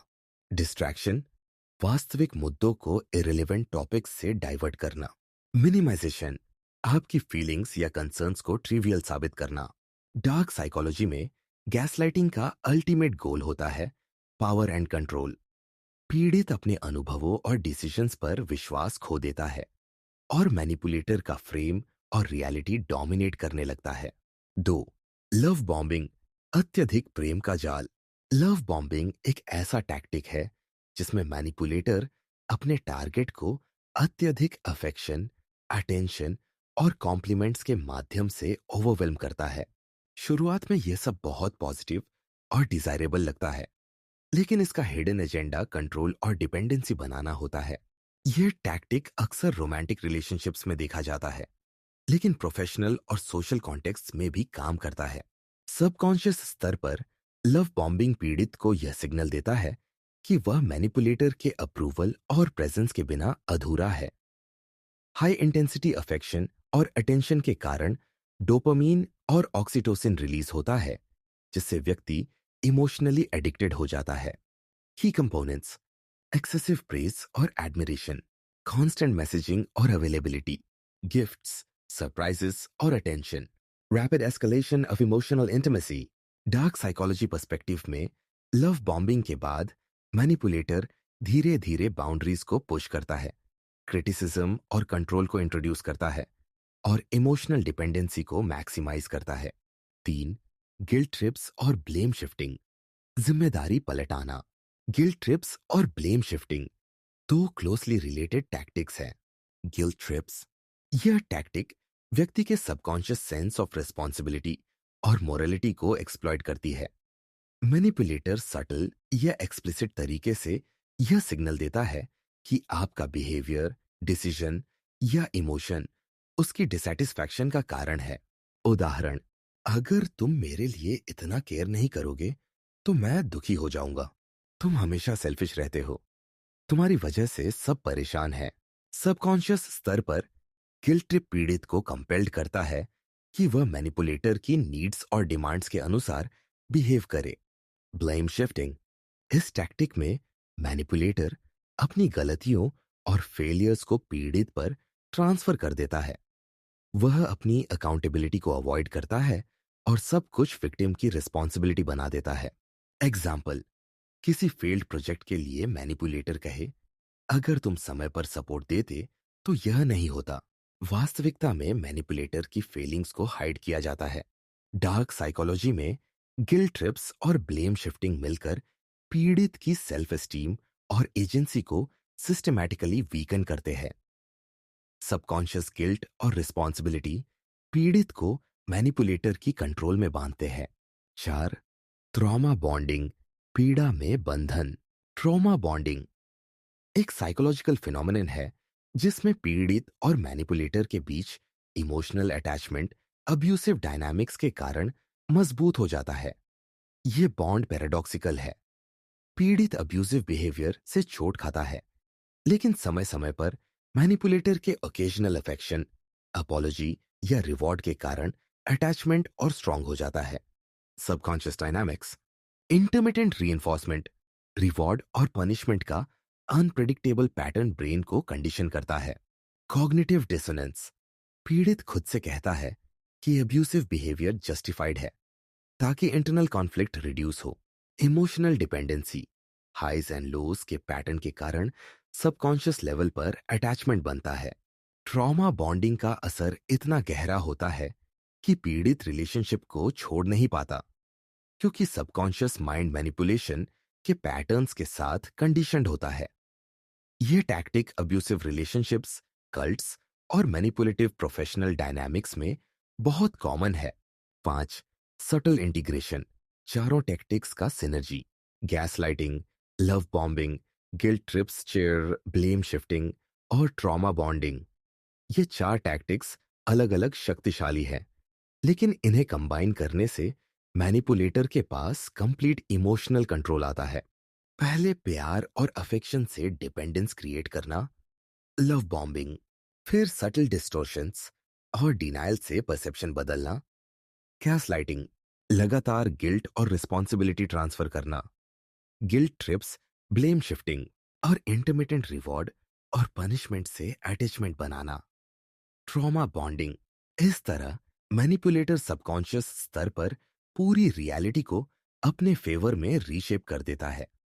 पीड़ित रैशनली रेजिस्ट करना चाहता है, लेकिन सबकॉन्शियस कंडीशनिंग ओवर पावर कर देती है। 6 साइकोलॉजिकल फाउंडेशंस। इमोशनल मैनिपुलेशन की सफलता के पीछे कुछ डीप साइकोलॉजिकल मैकेनिज्म्स काम करते हैं। 1. Cognitive dissonance. जब पीड़ित अपने अनुभव और मैनिपुलेटर के सिग्नल्स के बीच कॉन्फ्लिक्ट महसूस करता है, सबकॉन्शियस माइंड खुद को मैनिपुलेट करने वाले के पर्सपेक्टिव के अनुकूल एडजस्ट कर लेता है। 2. Attachment theory. Human need for connection manipulator के टैक्टिक्स से एक्सप्लॉइट होती है। 3. Reward and punishment conditioning. Occasional affection और अप्रूवल सबकॉन्शियस लेवल पर डिपेंडेंसी बिल्ड करता है। 4. Self doubt and insecurity. Exploitation. Low self esteem वाले इंडिविजुअल्स अधिक ससेप्टिबल होते हैं। 7. वार्निंग साइंस और सेल्फ प्रोटेक्शन। इमोशनल मैनिपुलेशन के निशान पहचानना और अपने सबकॉन्शियस को सेफगार्ड करना क्रिटिकल है। लगातार कंफ्यूजन, सेल्फ डाउट या गिल्ट महसूस होना, extreme highs and lows relationship dynamics में होना, अकाउंटेबिलिटी हमेशा आप पर शिफ्ट होना, एक्सेसिव डिपेंडेंस और अटैचमेंट अब्यूसिव पार्टनर या मैनिपुलेटर पर। सेल्फ प्रोटेक्शन के लिए अपनी परसेप्शन और मेमोरी पर विश्वास बनाए रखना, बाउंड्रीज सेट करना और उन्हें कंसिस्टेंटली एनफोर्स करना। External support systems, friends, therapy, mentors का यूज करना, अवेयरनेस डेवलप करना कि मैनिपुलेटिव टैक्टिक्स कैसे काम करते हैं। निष्कर्ष। डार्क इमोशनल मैनिपुलेशन मानव व्यवहार का सबसे सटल और डेंजरस एस्पेक्ट है।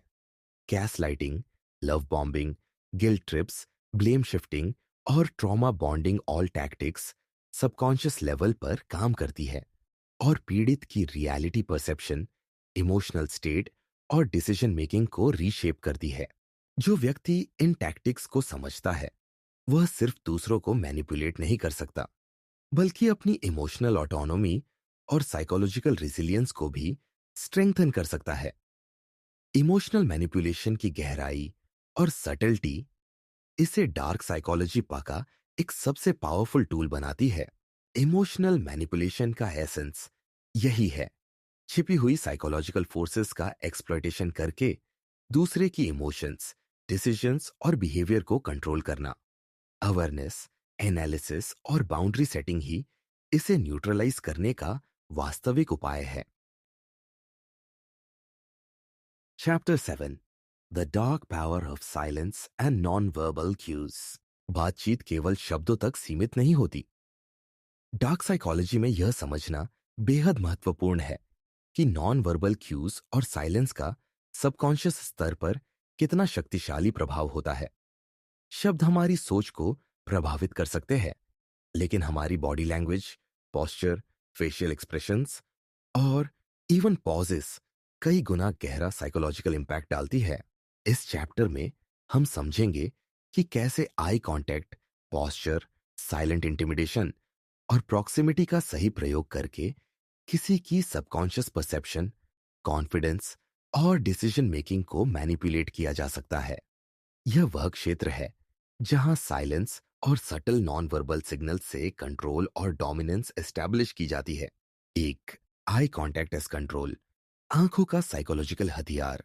आई कांटेक्ट केवल बातचीत का साधारण हिस्सा नहीं है, यह सबकॉन्शियस कम्युनिकेशन का सबसे मजबूत टूल है। डार्क साइकोलॉजी में यह एक डोमिनेंट टैक्टिक के रूप में इस्तेमाल होती है। डायरेक्ट आई कांटेक्ट, लंबे समय तक लगातार डायरेक्ट गेज किसी पर सटल साइकोलॉजिकल प्रेशर डाल सकता है।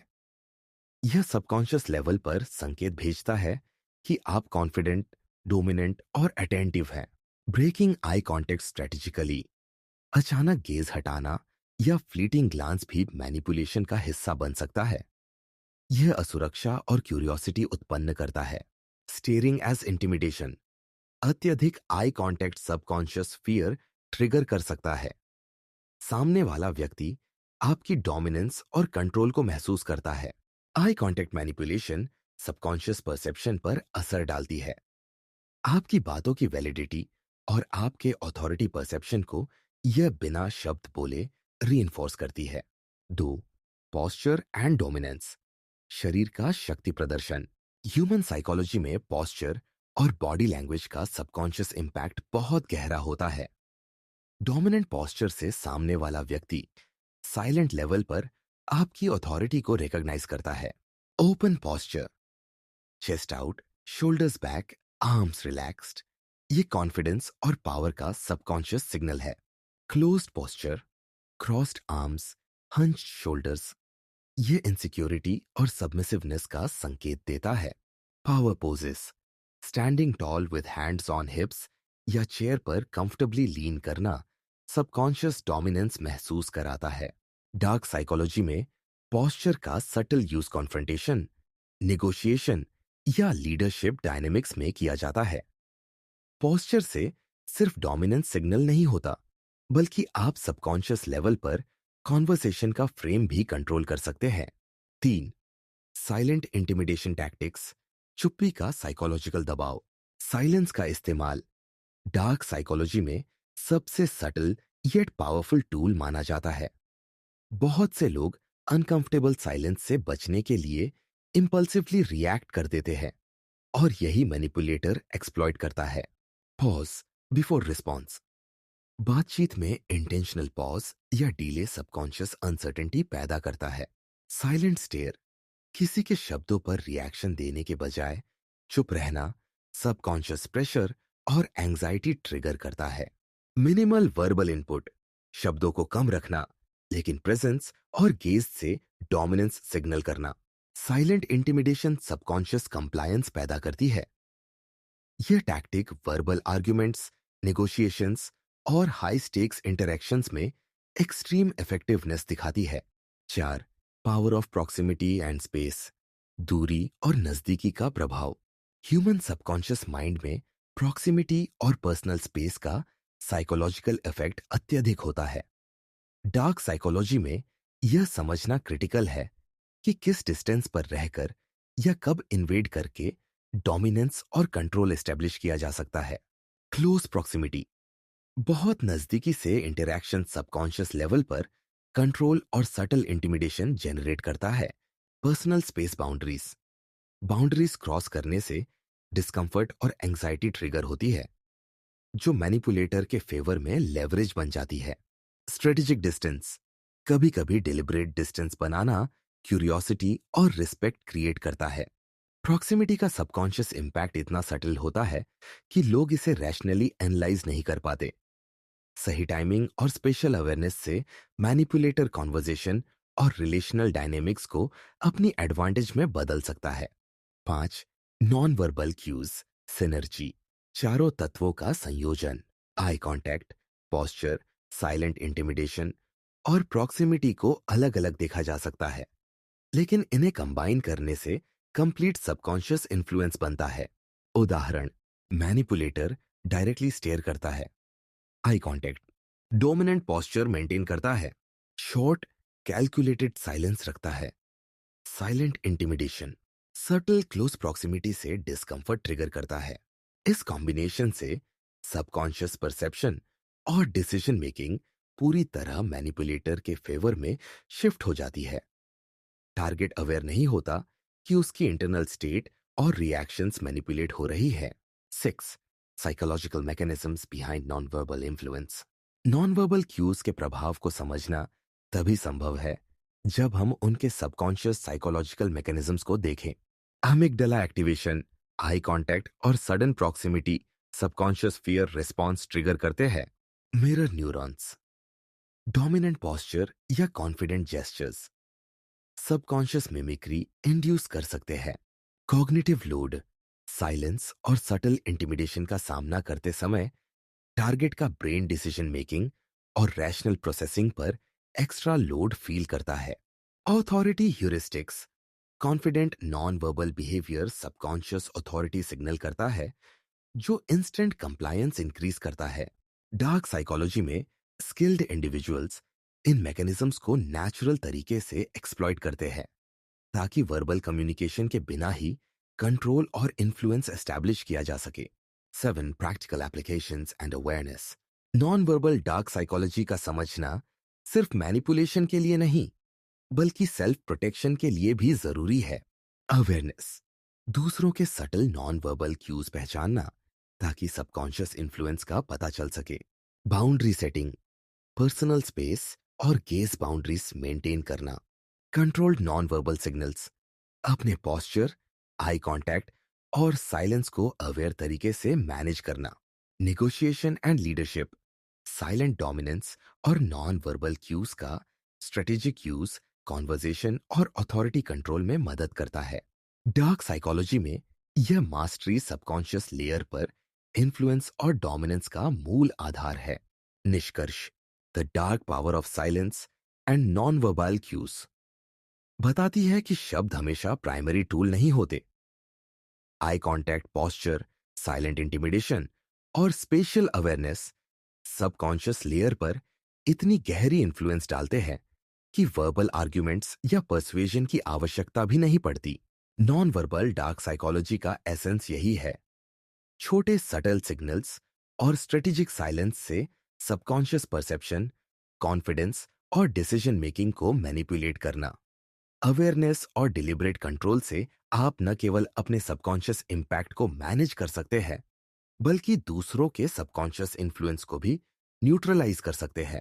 डार्क साइकोलॉजी की दुनिया में साइलेंस और नॉन वर्बल क्यूज को समझना मास्टरी की दिशा में पहला स्टेप है।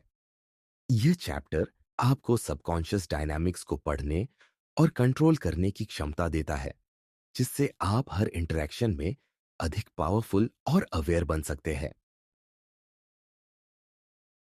Chapter 8, communication in power dynamics.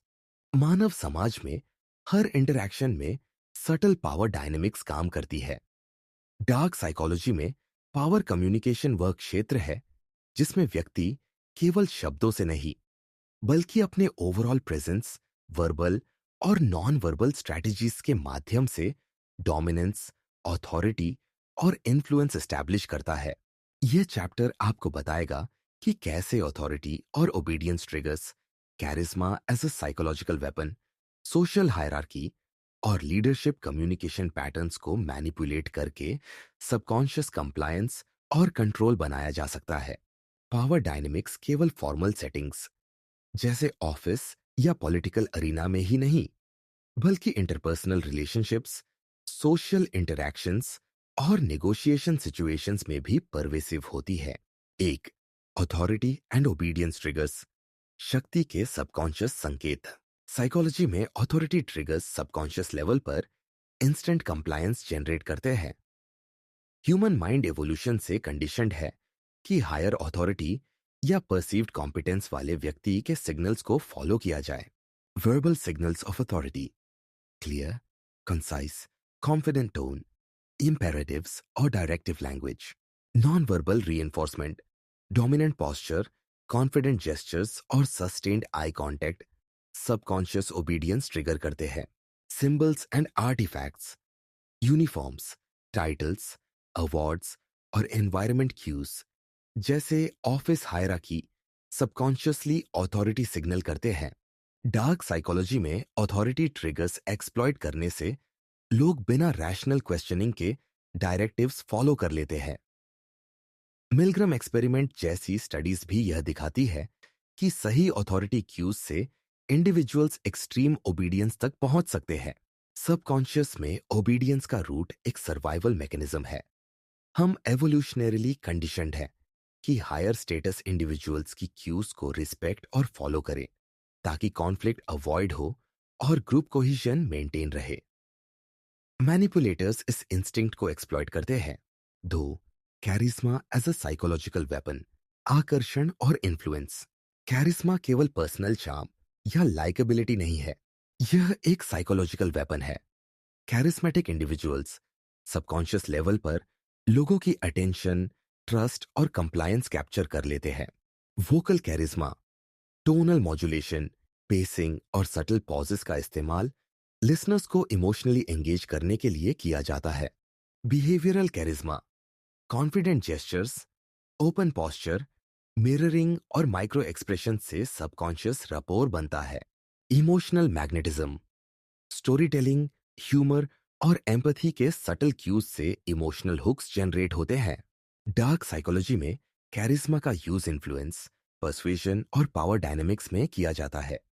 Charismatic individuals बिना ओवर्ट कोवर्शन के लोगों के डिसीजंस, बिलीव्स और बिहेवियर शेप कर सकते हैं।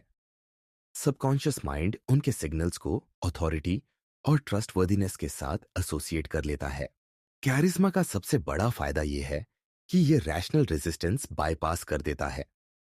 लोग कॉन्शियसली सोचते हैं कि डिसीजन उनका पर्सनल चॉइस है, लेकिन सबकॉन्शियस अट्रैक्शन और एडमिरेशन उन्हें मैनिपुलेटर की इन्फ्लुएंस में ला देती है। 3.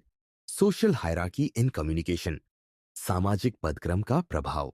हर इंटरैक्शन में सोशल हायरार्की सबकॉन्शियस लेवल पर प्ले करती है। डार्क साइकोलॉजी में यह समझना क्रिटिकल है कि किस कॉन्टेक्स्ट में कौन सा इंडिविजुअल सुपीरियर या सबऑर्डिनेट माना जाता है और कैसे इसे कम्युनिकेशन में एक्सप्लॉइट किया जा सकता है। Subtle hierarchical cues, language choices, sentence structure और politeness level subconscious hierarchy signal करते हैं। Body language and spatial positioning, physical height, seating arrangement, proximity और पोस्चर हायरार्किकल परसेप्शन इन्फ्लुएंस करते हैं। Difference and compliance signals, subordinates के verbal और non verbal cues जैसे nodding, agreement, limited questioning hierarchy reinforce करते हैं। सोशल हायरार्की एक्सप्लॉइट करके manipulator conversation का फ्रेम कंट्रोल करता है। सबकॉन्शियस माइंड पोजिशनल क्यूज को इंटरप्रेट करके बिहेवियर और रिस्पॉन्सिवनेस एडजस्ट करता है। लीडरशिप या हाई स्टेटस इंडिविजुअल्स के लिए यह टूल एक्स्ट्रॉर्डिनरीली पावरफुल है। 4. लीडरशिप कम्युनिकेशन पैटर्न्स, नेतृत्व की भाषा। इफेक्टिव लीडर्स सबकॉन्शियसली इन्फ्लुएंस और इंस्पायर करते हैं।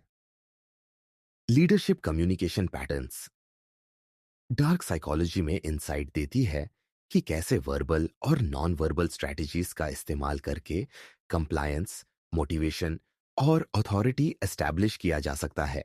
Directive language, clear expectations, actionable instructions और कॉन्फिडेंट स्टेटमेंट्स सबकॉन्शियस क्लैरिटी और कंप्लायंस ट्रिगर करते हैं। इंक्लूसिव फ्रेमिंग, हम और साथ में जैसे फ्रेजेस ग्रुप कोहिजन और सबकॉन्शियस लॉयल्टी एनहांस करते हैं। Story telling and vision sharing, leaders अपने विजन को नैरेटिव और इमोशनली एंगेजिंग तरीके से कम्युनिकेट करते हैं, जिससे फॉलोअर्स सबकॉन्शियसली अलाइंड और कमिटेड हो जाते हैं। Controlled emotional display, calm, composed yet expressive demeanour subconscious trust और रिस्पेक्ट बिल्ड करती है। डार्क साइकोलॉजी में स्किल्ड कम्युनिकेटर्स लीडरशिप पैटर्न्स को टैक्टिकल लेवरेज के रूप में इस्तेमाल करते हैं। सबकॉन्शियस लेवल पर अथॉरिटी एस्टैब्लिश करने के लिए वर्बल क्लैरिटी, इमोशनल रेजोनेंस और consistent non verbal cues critical होते हैं। 5. सबटल इंटीग्रेशन, चारों तत्वों का synergy. Authority triggers, charisma, social hierarchy और लीडरशिप पैटर्न्स को कंबाइन करना कॉन्वर्सेशन और इन्फ्लुएंस में मैक्सिमम इम्पैक्ट देता है। उदाहरण, आप कॉन्फिडेंट डायरेक्टिव टोन में बात करते हैं। अथॉरिटी कैरिस्मेटिक जेस्चर्स और आई कांटेक्ट से एंगेजमेंट जनरेट करते हैं। सटल सोशल क्यूज से हायरार्की और डोमिनेंस रीइंफोर्स करते हैं। स्टोरी टेलिंग और विजन शेयरिंग से सबकॉन्शियस अलाइनमेंट और लॉयल्टी क्रिएट करते हैं। इस सिनर्जी से टारगेट अवेयर भी नहीं होता कि उसके डिसीजंस, परसेप्शन और बिहेवियर मैनिपुलेट हो रहे हैं। सबकॉन्शियस माइंड पूरी प्रक्रिया को नेचुरल चॉइस समझता है। 6. Psychological mechanisms behind power communication. Power communication subconscious influence का आधार कॉग्निटिव और इमोशनल मैकेनिज्म्स पर टिका होता है। Authority heuristic, higher status cues subconscious compliance trigger करते हैं। Social proof and conformity, bias, hierarchical communication में ग्रुप बिहेवियर का इन्फ्लुएंस सबकॉन्शियस एडहिरेंस बढ़ाता है। इमोशनल रेजोनेंस, कैरिस्मा और लीडरशिप पैटर्न्स सबकॉन्शियस मोटिवेशन और लॉयल्टी क्रिएट करते हैं। Cognitive load management, confident directives और स्ट्रक्चर्ड कम्युनिकेशन टारगेट के रैशनल प्रोसेसिंग को सिंप्लीफाई और गाइड करते हैं। डार्क साइकोलॉजी में यह मैकेनिज्म्स अवेयरनेस और स्किल के साथ एक्सप्लॉइट किए जाते हैं। सबकॉन्शियस प्रोसेसिंग अनअवेयर इंडिविजुअल्स को मैनिपुलेटर के फेवर में मूव कर देता है। 7. Practical applications and awareness, power communication को समझना सिर्फ मैनिपुलेशन के लिए नहीं, बल्कि सेल्फ प्रोटेक्शन और लीडरशिप इफेक्टिवनेस के लिए भी जरूरी है। अवेयरनेस, दूसरों के अथॉरिटी, कैरिज्मा और हायरार्किकल क्यूज पहचानना। स्ट्रेटेजिक रिस्पॉन्स, सबकॉन्शियस इन्फ्लुएंस को न्यूट्रलाइज करने के लिए कॉन्फिडेंट पॉस्चर, कंट्रोल्ड रिस्पॉन्सेस और rational assessment. Leadership development, effective communication strategies सीखना और सबकॉन्शियस एंगेजमेंट टेक्निक्स अप्लाई करना। Negotiation and influence. Power dynamics में अवेयरनेस से एडवांटेज मैक्सिमाइज करना। डार्क साइकोलॉजी में मास्टरी का अर्थ केवल दूसरों को मैनिपुलेट करना नहीं, बल्कि अपने सबकॉन्शियस इम्पैक्ट और इंटरैक्शन आउटकम्स को स्ट्रेटेजिकली कंट्रोल करना भी है। निष्कर्ष।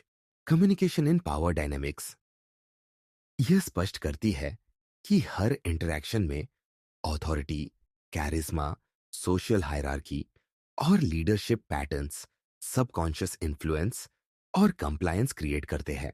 पावर कम्युनिकेशन का एसेंस यही है, सटल, स्ट्रेटेजिक और साइकोलॉजिकली इन्फॉर्म्ड कम्युनिकेशन के माध्यम से सबकॉन्शियस परसेप्शन, डिसीजंस और बिहेवियर को गाइड करना।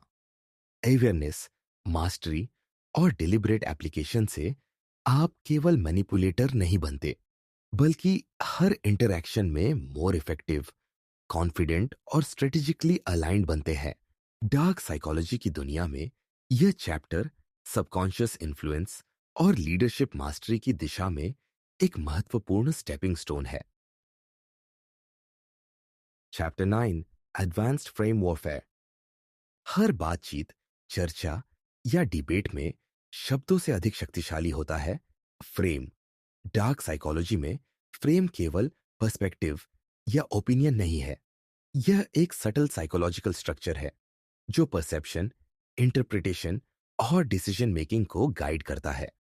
एडवांस्ड फ्रेम वॉरफेयर में स्किल्ड इंडिविजुअल्स जानबूझकर कॉन्वर्जेशन और सोशल इंटरैक्शन के फ्रेम को मैनिपुलेट करते हैं ताकि सबकॉन्शियस लेवल पर डोमिनेंस और कंट्रोल स्थापित किया जा सके।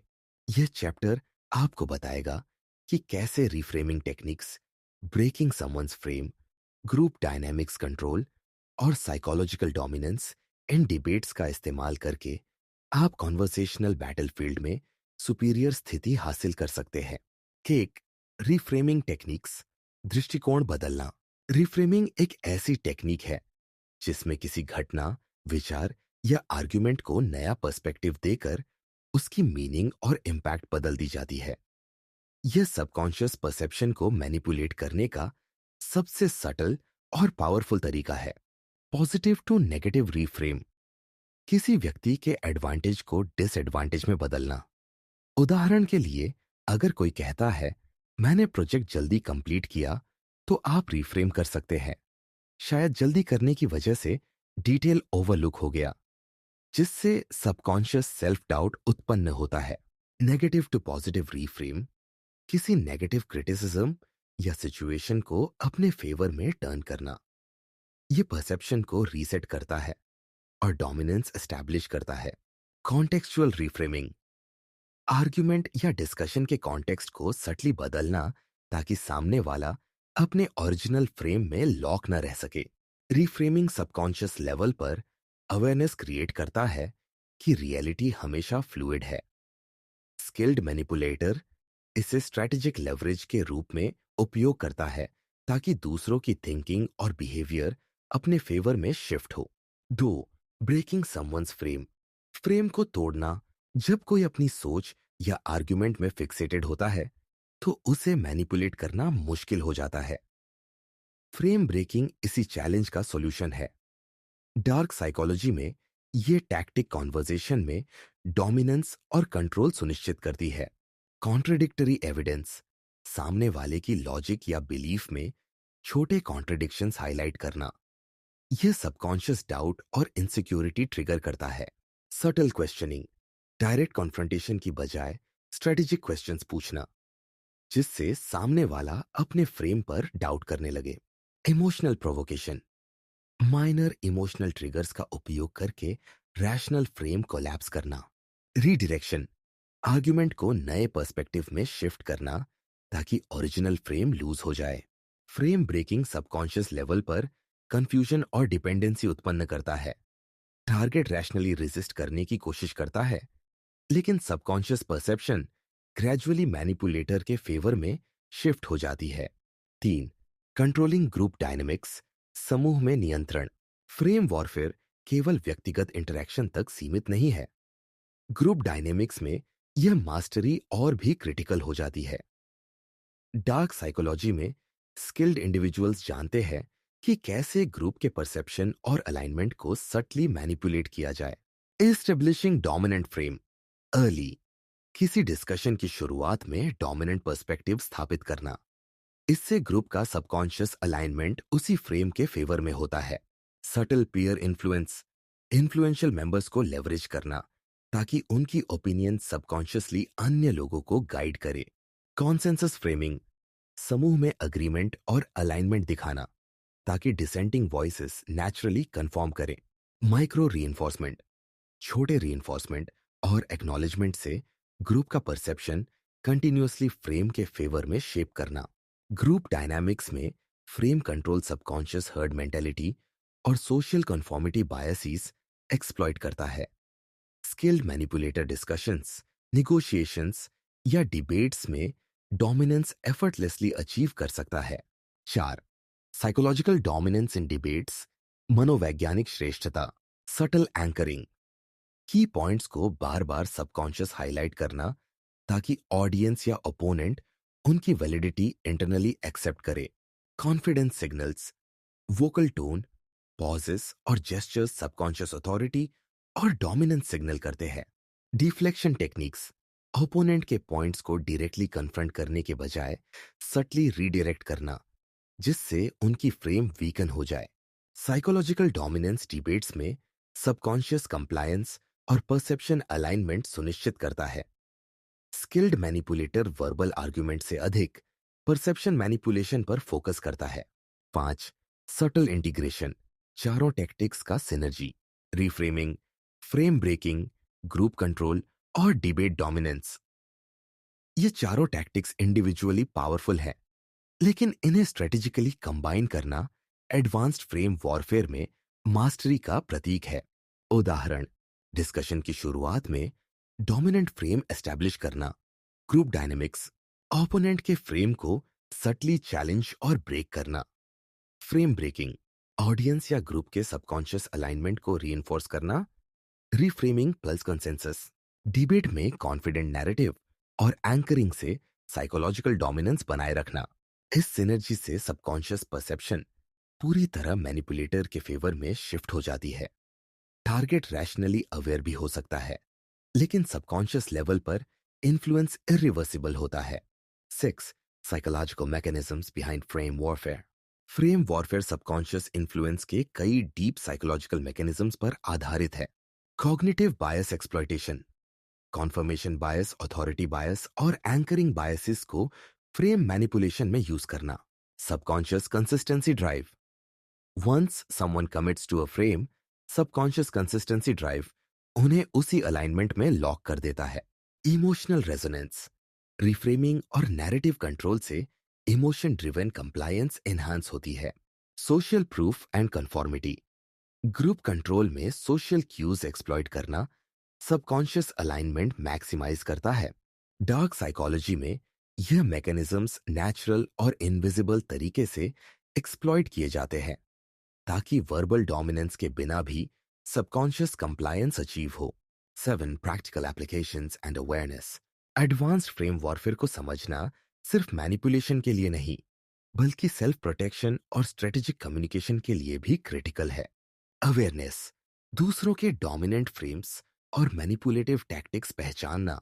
डिफेंसिव फ्रेमिंग, अपने फ्रेम को स्ट्रांग और फ्लेक्सिबल बनाना ताकि ओपोनेंट के मैनिपुलेशन से बचा जा सके। स्ट्रेटेजिक रिफ्रेमिंग, कॉन्वर्सेशन में सटल पर्सपेक्टिव शिफ्ट करके अलाइनमेंट और इन्फ्लुएंस कंट्रोल करना। ग्रुप लीडरशिप, अवेयरनेस और स्ट्रेटेजिक फ्रेमिंग से ग्रुप परसेप्शन और डिसीजन मेकिंग इफेक्टिवली मैनेज करना। Frame warfare mastery, subconscious influence, decision making और इंटरैक्शन आउटकम्स पर कंप्लीट कंट्रोल देती है। निष्कर्ष, एडवांस्ड फ्रेम वॉरफेयर यह स्पष्ट करती है कि हर कॉन्वर्सेशन, डिस्कशन और ग्रुप इंटरैक्शन में फ्रेम कंट्रोल सबकॉन्शियस डोमिनेंस और इन्फ्लुएंस का मूल आधार है।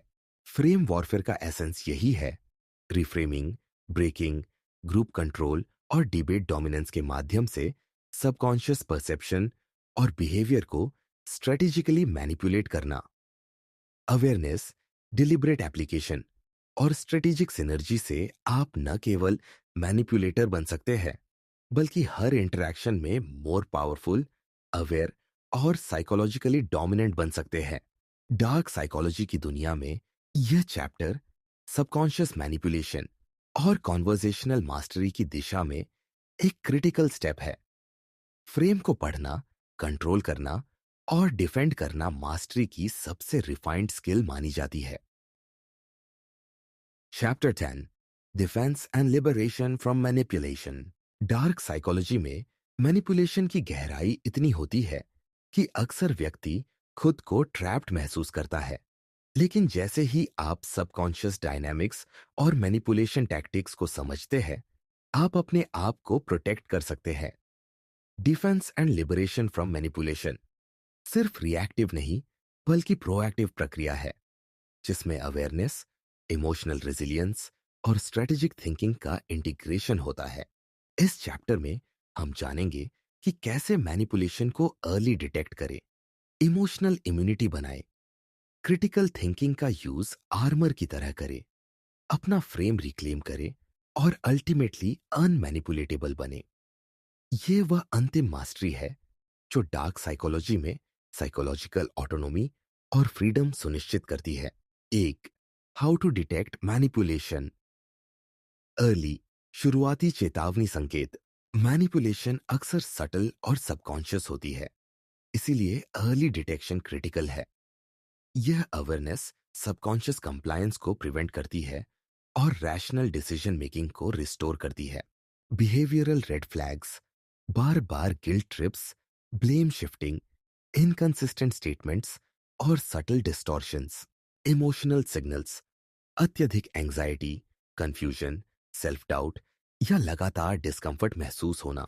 Subtle control tactics, silence, non verbal intimidation, excessive praise, love bombing या सडन विथड्रॉल। कॉग्निटिव डिसोनेंस, अपने इंटरनल बिलीफ्स और मैनिपुलेटर के सिग्नल्स के बीच लगातार कॉन्फ्लिक्ट महसूस होना। अर्ली डिटेक्शन सबकॉन्शियस मैनिपुलेशन को रोकने का पहला कदम है। अवेयरनेस से आप खुद को मेंटल ट्रैप्स में फंसने से बचा सकते हैं और रैशनल पर्सपेक्टिव मेंटेन कर सकते हैं। 2, बिल्डिंग इमोशनल इम्यूनिटी, भावनात्मक सुरक्षा। इमोशनल इम्यूनिटी का मतलब है कि आप अपने इमोशंस को अवेयर तरीके से रेगुलेट कर सके, ताकि मैनिपुलेटर का सबकॉन्शियस इन्फ्लुएंस काम न करे। सेल्फ अवेयरनेस, अपनी वल्नरेबिलिटीज, इनसिक्योरिटीज और इमोशनल ट्रिगर्स को पहचानना। माइंडफुलनेस और emotional regulation, meditation, breathing techniques और रिफ्लेक्टिव जर्नलिंग के माध्यम से इमोशनल कंट्रोल बनाना। बाउंड्री सेटिंग, अपनी पर्सनल बाउंड्रीज को स्पष्ट और कंसिस्टेंट रखना। सबकॉन्शियस कंडीशनिंग अवेयरनेस, समझना कि मैनिपुलेटिव टैक्टिक्स कैसे सबकॉन्शियस ट्रिगर्स एक्टिवेट करते हैं और उन्हें न्यूट्रलाइज करना। इमोशनल इम्यूनिटी सबकॉन्शियस लेयर पर रेजिस्टेंस क्रिएट करती है। मैनिपुलेटर के सटल क्यूज, गिल्ट ट्रिगर्स और लव बॉम्बिंग जैसी टैक्टिक्स का असर कम हो जाता है। यह साइकोलॉजिकल आर्मर आपके डिसीजन मेकिंग और सेल्फ कॉन्फिडेंस को प्रोटेक्ट करता है। 3, क्रिटिकल थिंकिंग एज आर्मर, तर्कशीलता की ढाल। मैनिपुलेशन अक्सर रैशनल थिंकिंग बाईपास कर सबकॉन्शियस लेवल पर काम करती है। क्रिटिकल थिंकिंग सबकॉन्शियस इन्फ्लुएंस को न्यूट्रलाइज करने का सबसे शक्तिशाली टूल है। क्वेश्चन एवरीथिंग, स्टेटमेंट्स, प्रॉमिसेस और इमोशनल अपील्स को रैशनली एनालाइज करना। एविडेंस बेस्ड असेसमेंट, मैनिपुलेटर के क्लेम्स की वैलिडिटी और कॉन्टेक्स्ट जांचना। लॉजिकल फ्रेमिंग, अपनी रीजनिंग और परसेप्शन को स्ट्रक्चर्ड तरीके से ऑर्गेनाइज करना। Emotional versus rational differentiation, emotional impulses और मैनिपुलेटिव ट्रिगर्स को रिकॉग्नाइज कर रैशनल डिसीजन मेकिंग मेंटेन करना। क्रिटिकल थिंकिंग सबकॉन्शियस माइंड को एम्पावर करता है। आप रैशनल फ्रेमवर्क में रहते हुए मैनिपुलेटिव टैक्टिक्स को पहचान और रेजिस्ट कर सकते हैं। यह आर्मर आपके सबकॉन्शियस ऑटोनॉमी को सेफ गार्ड करता है। 4, रिक्लेमिंग योर फ्रेम, अपना फ्रेम वापस लेना। फ्रेम एक ऐसी स्ट्रक्चर है जो परसेप्शन, इंटरप्रिटेशन और डिसीजंस को गाइड करती है। मैनिपुलेटर्स अक्सर आपके फ्रेम को डोमिनेट करके सबकॉन्शियस कंट्रोल एस्टैब्लिश करते हैं। Reclaiming your frame psychological liberation की दिशा में पहला स्टेप है। फ्रेम अवेयरनेस, पहचानना कि आपका फ्रेम कब मैनिपुलेट किया जा रहा है। फ्रेम असर्शन, अपने बाउंड्रीज, वैल्यूज और पर्सपेक्टिव को कॉन्फिडेंटली कम्युनिकेट करना। रिफ्रेमिंग टेक्निक्स, सटल टैक्टिक्स का यूज करके कॉन्वर्जेशन को अपने फेवर में शिफ्ट करना। कंसिस्टेंसी एंड अलाइनमेंट, अपने फ्रेम के अनुसार बिहेवियर, वर्बल और नॉन वर्बल क्यूज कंसिस्टेंट रखना। अपना फ्रेम रिक्लेम करना सबकॉन्शियस लेयर पर इंडिपेंडेंस और कॉन्फिडेंस रिस्टोर करता है। यह मैनिपुलेटर की इन्फ्लुएंस को वीकन करता है और रैशनल डिसीजन मेकिंग स्ट्रेंथन करता है। आज बिकमिंग अनमैनिपुलेटेबल, मैनिपुलेशन से मुक्त होना। अल्टीमेट मास्टरी यह है कि आप ये अनमैनिपुलेटेबल बन जाए। इसका मतलब है कि सबकॉन्शियस और कॉन्शियस दोनों स्तरों पर आप सुरक्षित, अवेयर और ऑटोनोमस हो। Subconscious immunity, emotional triggers, guilt trips और लव बॉम्बिंग का असर न्यूट्रलाइज करना। रैशनल डोमिनेंस, क्रिटिकल थिंकिंग और एविडेंस बेस्ड असेसमेंट को हैबिचुअल बनाना। बाउंड्री मास्टरी, फिजिकल, इमोशनल और साइकोलॉजिकल बाउंड्रीज मेंटेन करना। Self reflection and growth, past experiences और मैनिपुलेटिव एनकाउंटर्स से सीख लेना। Consistent awareness, subtle cues, frames और सोशल डायनामिक्स पर कंटिन्यूअस विजिलेंस रखना। अनमैनिपुलेटेबल बनना सिर्फ डिफेंसिव नहीं है, यह प्रोएक्टिव साइकोलॉजिकल पावर का प्रतीक है। आप इंटरैक्शंस में कॉन्फिडेंट, अवेयर और स्ट्रेटेजिकली अलाइंड रहते हैं बिना सबकॉन्शियस इन्फ्लुएंस के। 6. इंटीग्रेशन, चारों स्ट्रेटेजीज का synergy. Early detection, emotional immunity, critical thinking और फ्रेम रिक्लेमेशन एक इंटीग्रेटेड डिफेंस सिस्टम बनाते हैं। उदाहरण, मैनिपुलेशन के सटल सिग्नल्स को पहले डिटेक्ट करना। अर्ली डिटेक्शन, इमोशनल रेगुलेशन से सबकॉन्शियस ट्रिगर्स न्यूट्रलाइज करना। इमोशनल इम्यूनिटी, रैशनल इवैल्यूएशन और क्वेश्चनिंग से मैनिपुलेटिव आर्ग्यूमेंट्स डायसेक्ट करना। क्रिटिकल थिंकिंग, अपने फ्रेम को कॉन्फिडेंटली असर्ट करना और कॉन्वर्सेशन में डोमिनेंस एस्टैब्लिश करना। फ्रेम रेक्लेमेशन, इस सिनर्जी से सबकॉन्शियस मैनिपुलेशन के सभी पाथवेज ब्लॉक्ड हो जाते हैं। आप इंटरैक्शंस में कंप्लीट साइकोलॉजिकल ऑटोनॉमी प्राप्त करते हैं। 7. Psychological mechanisms behind defence. Defence strategies subconscious dynamics को न्यूट्रलाइज करने के लिए कुछ साइकोलॉजिकल मैकेनिज्म्स पर काम करती है। मेटाकॉग्निशन, अपनी थिंकिंग और परसेप्शन पर कॉन्शियस अवेयरनेस रखकर सबकॉन्शियस मैनिपुलेशन डिटेक्ट करना। कॉग्निटिव रीअप्रेजल, इमोशनल ट्रिगर्स को रैशनल पर्सपेक्टिव से रीफ्रेम करना। सेल्फ एफिकेसी, कॉन्फिडेंस और एजेंसी सबकॉन्शियस कंप्लायंस को रिड्यूस करते हैं। Boundary conditioning, consistent boundaries subconscious level पर रेजिस्टेंस क्रिएट करते हैं। डार्क साइकोलॉजी में यह मैकेनिज्म्स मास्टरी और लिबरेशन का आधार है। अवेयरनेस और स्ट्रेटेजिक इंप्लीमेंटेशन सबकॉन्शियस इन्फ्लुएंस को न्यूट्रलाइज कर देती है। 8. Practical applications and awareness. Defence strategies को सिर्फ थियोरेटिकल नॉलेज मानना पर्याप्त नहीं है, इसे प्रैक्टिकल लाइफ में इंटीग्रेट करना आवश्यक है। Daily practice, subtle manipulation cues को ऑब्जर्व और एनालाइज करना। रिफ्लेक्टिव जर्नलिंग, इमोशनल ट्रिगर्स और इंटरैक्शंस का रिकॉर्ड रखना। Scenario planning, hypothetical manipulation situations के लिए स्ट्रेटजीज प्री प्लान करना। Support systems, trusted friends, mentors और थेरेपिस्ट्स का गाइडेंस लेना। Continuous learning, dark psychology, subconscious influence और ह्यूमन बिहेवियर के लेटेस्ट इंसाइट से अपडेटेड रहना। प्रैक्टिकल एप्लीकेशन सबकॉन्शियस ऑटोनॉमी और इमोशनल रेजिलियंस को स्ट्रेंथन करता है। आप हर इंटरैक्शन में एम्पावर्ड और अवेयर रहते हैं। निष्कर्ष, defence and liberation from manipulation यह बताती है कि सबकॉन्शियस इन्फ्लुएंस और मैनिपुलेटिव टैक्टिक्स के सामने साइकोलॉजिकल सॉवरेंटी अचीवेबल है। डिफेंस स्ट्रेटजीज का एसेंस यही है: early detection, emotional immunity, critical thinking, frame reclamation और अनमैनिपुलेटेबल बनना। अवेयरनेस और डिलिबरेट एप्लीकेशन से आप सबकॉन्शियस लेयर पर ऑटोनॉमी प्राप्त कर सकते हैं। डार्क साइकोलॉजी में मास्टरी सिर्फ दूसरों को मैनिपुलेट करने में नहीं है, बल्कि अपने सबकॉन्शियस इन्फ्लुएंस और इंटरेक्शंस में कंप्लीट कंट्रोल और फ्रीडम अचीव करने में है। यह चैप्टर आपको वह अल्टीमेट साइकोलॉजिकल पावर देता है जो किसी भी मैनिपुलेटिव एनवायरनमेंट में आपकी ऑटोनॉमी और एजेंसी को सुरक्षित रखती है।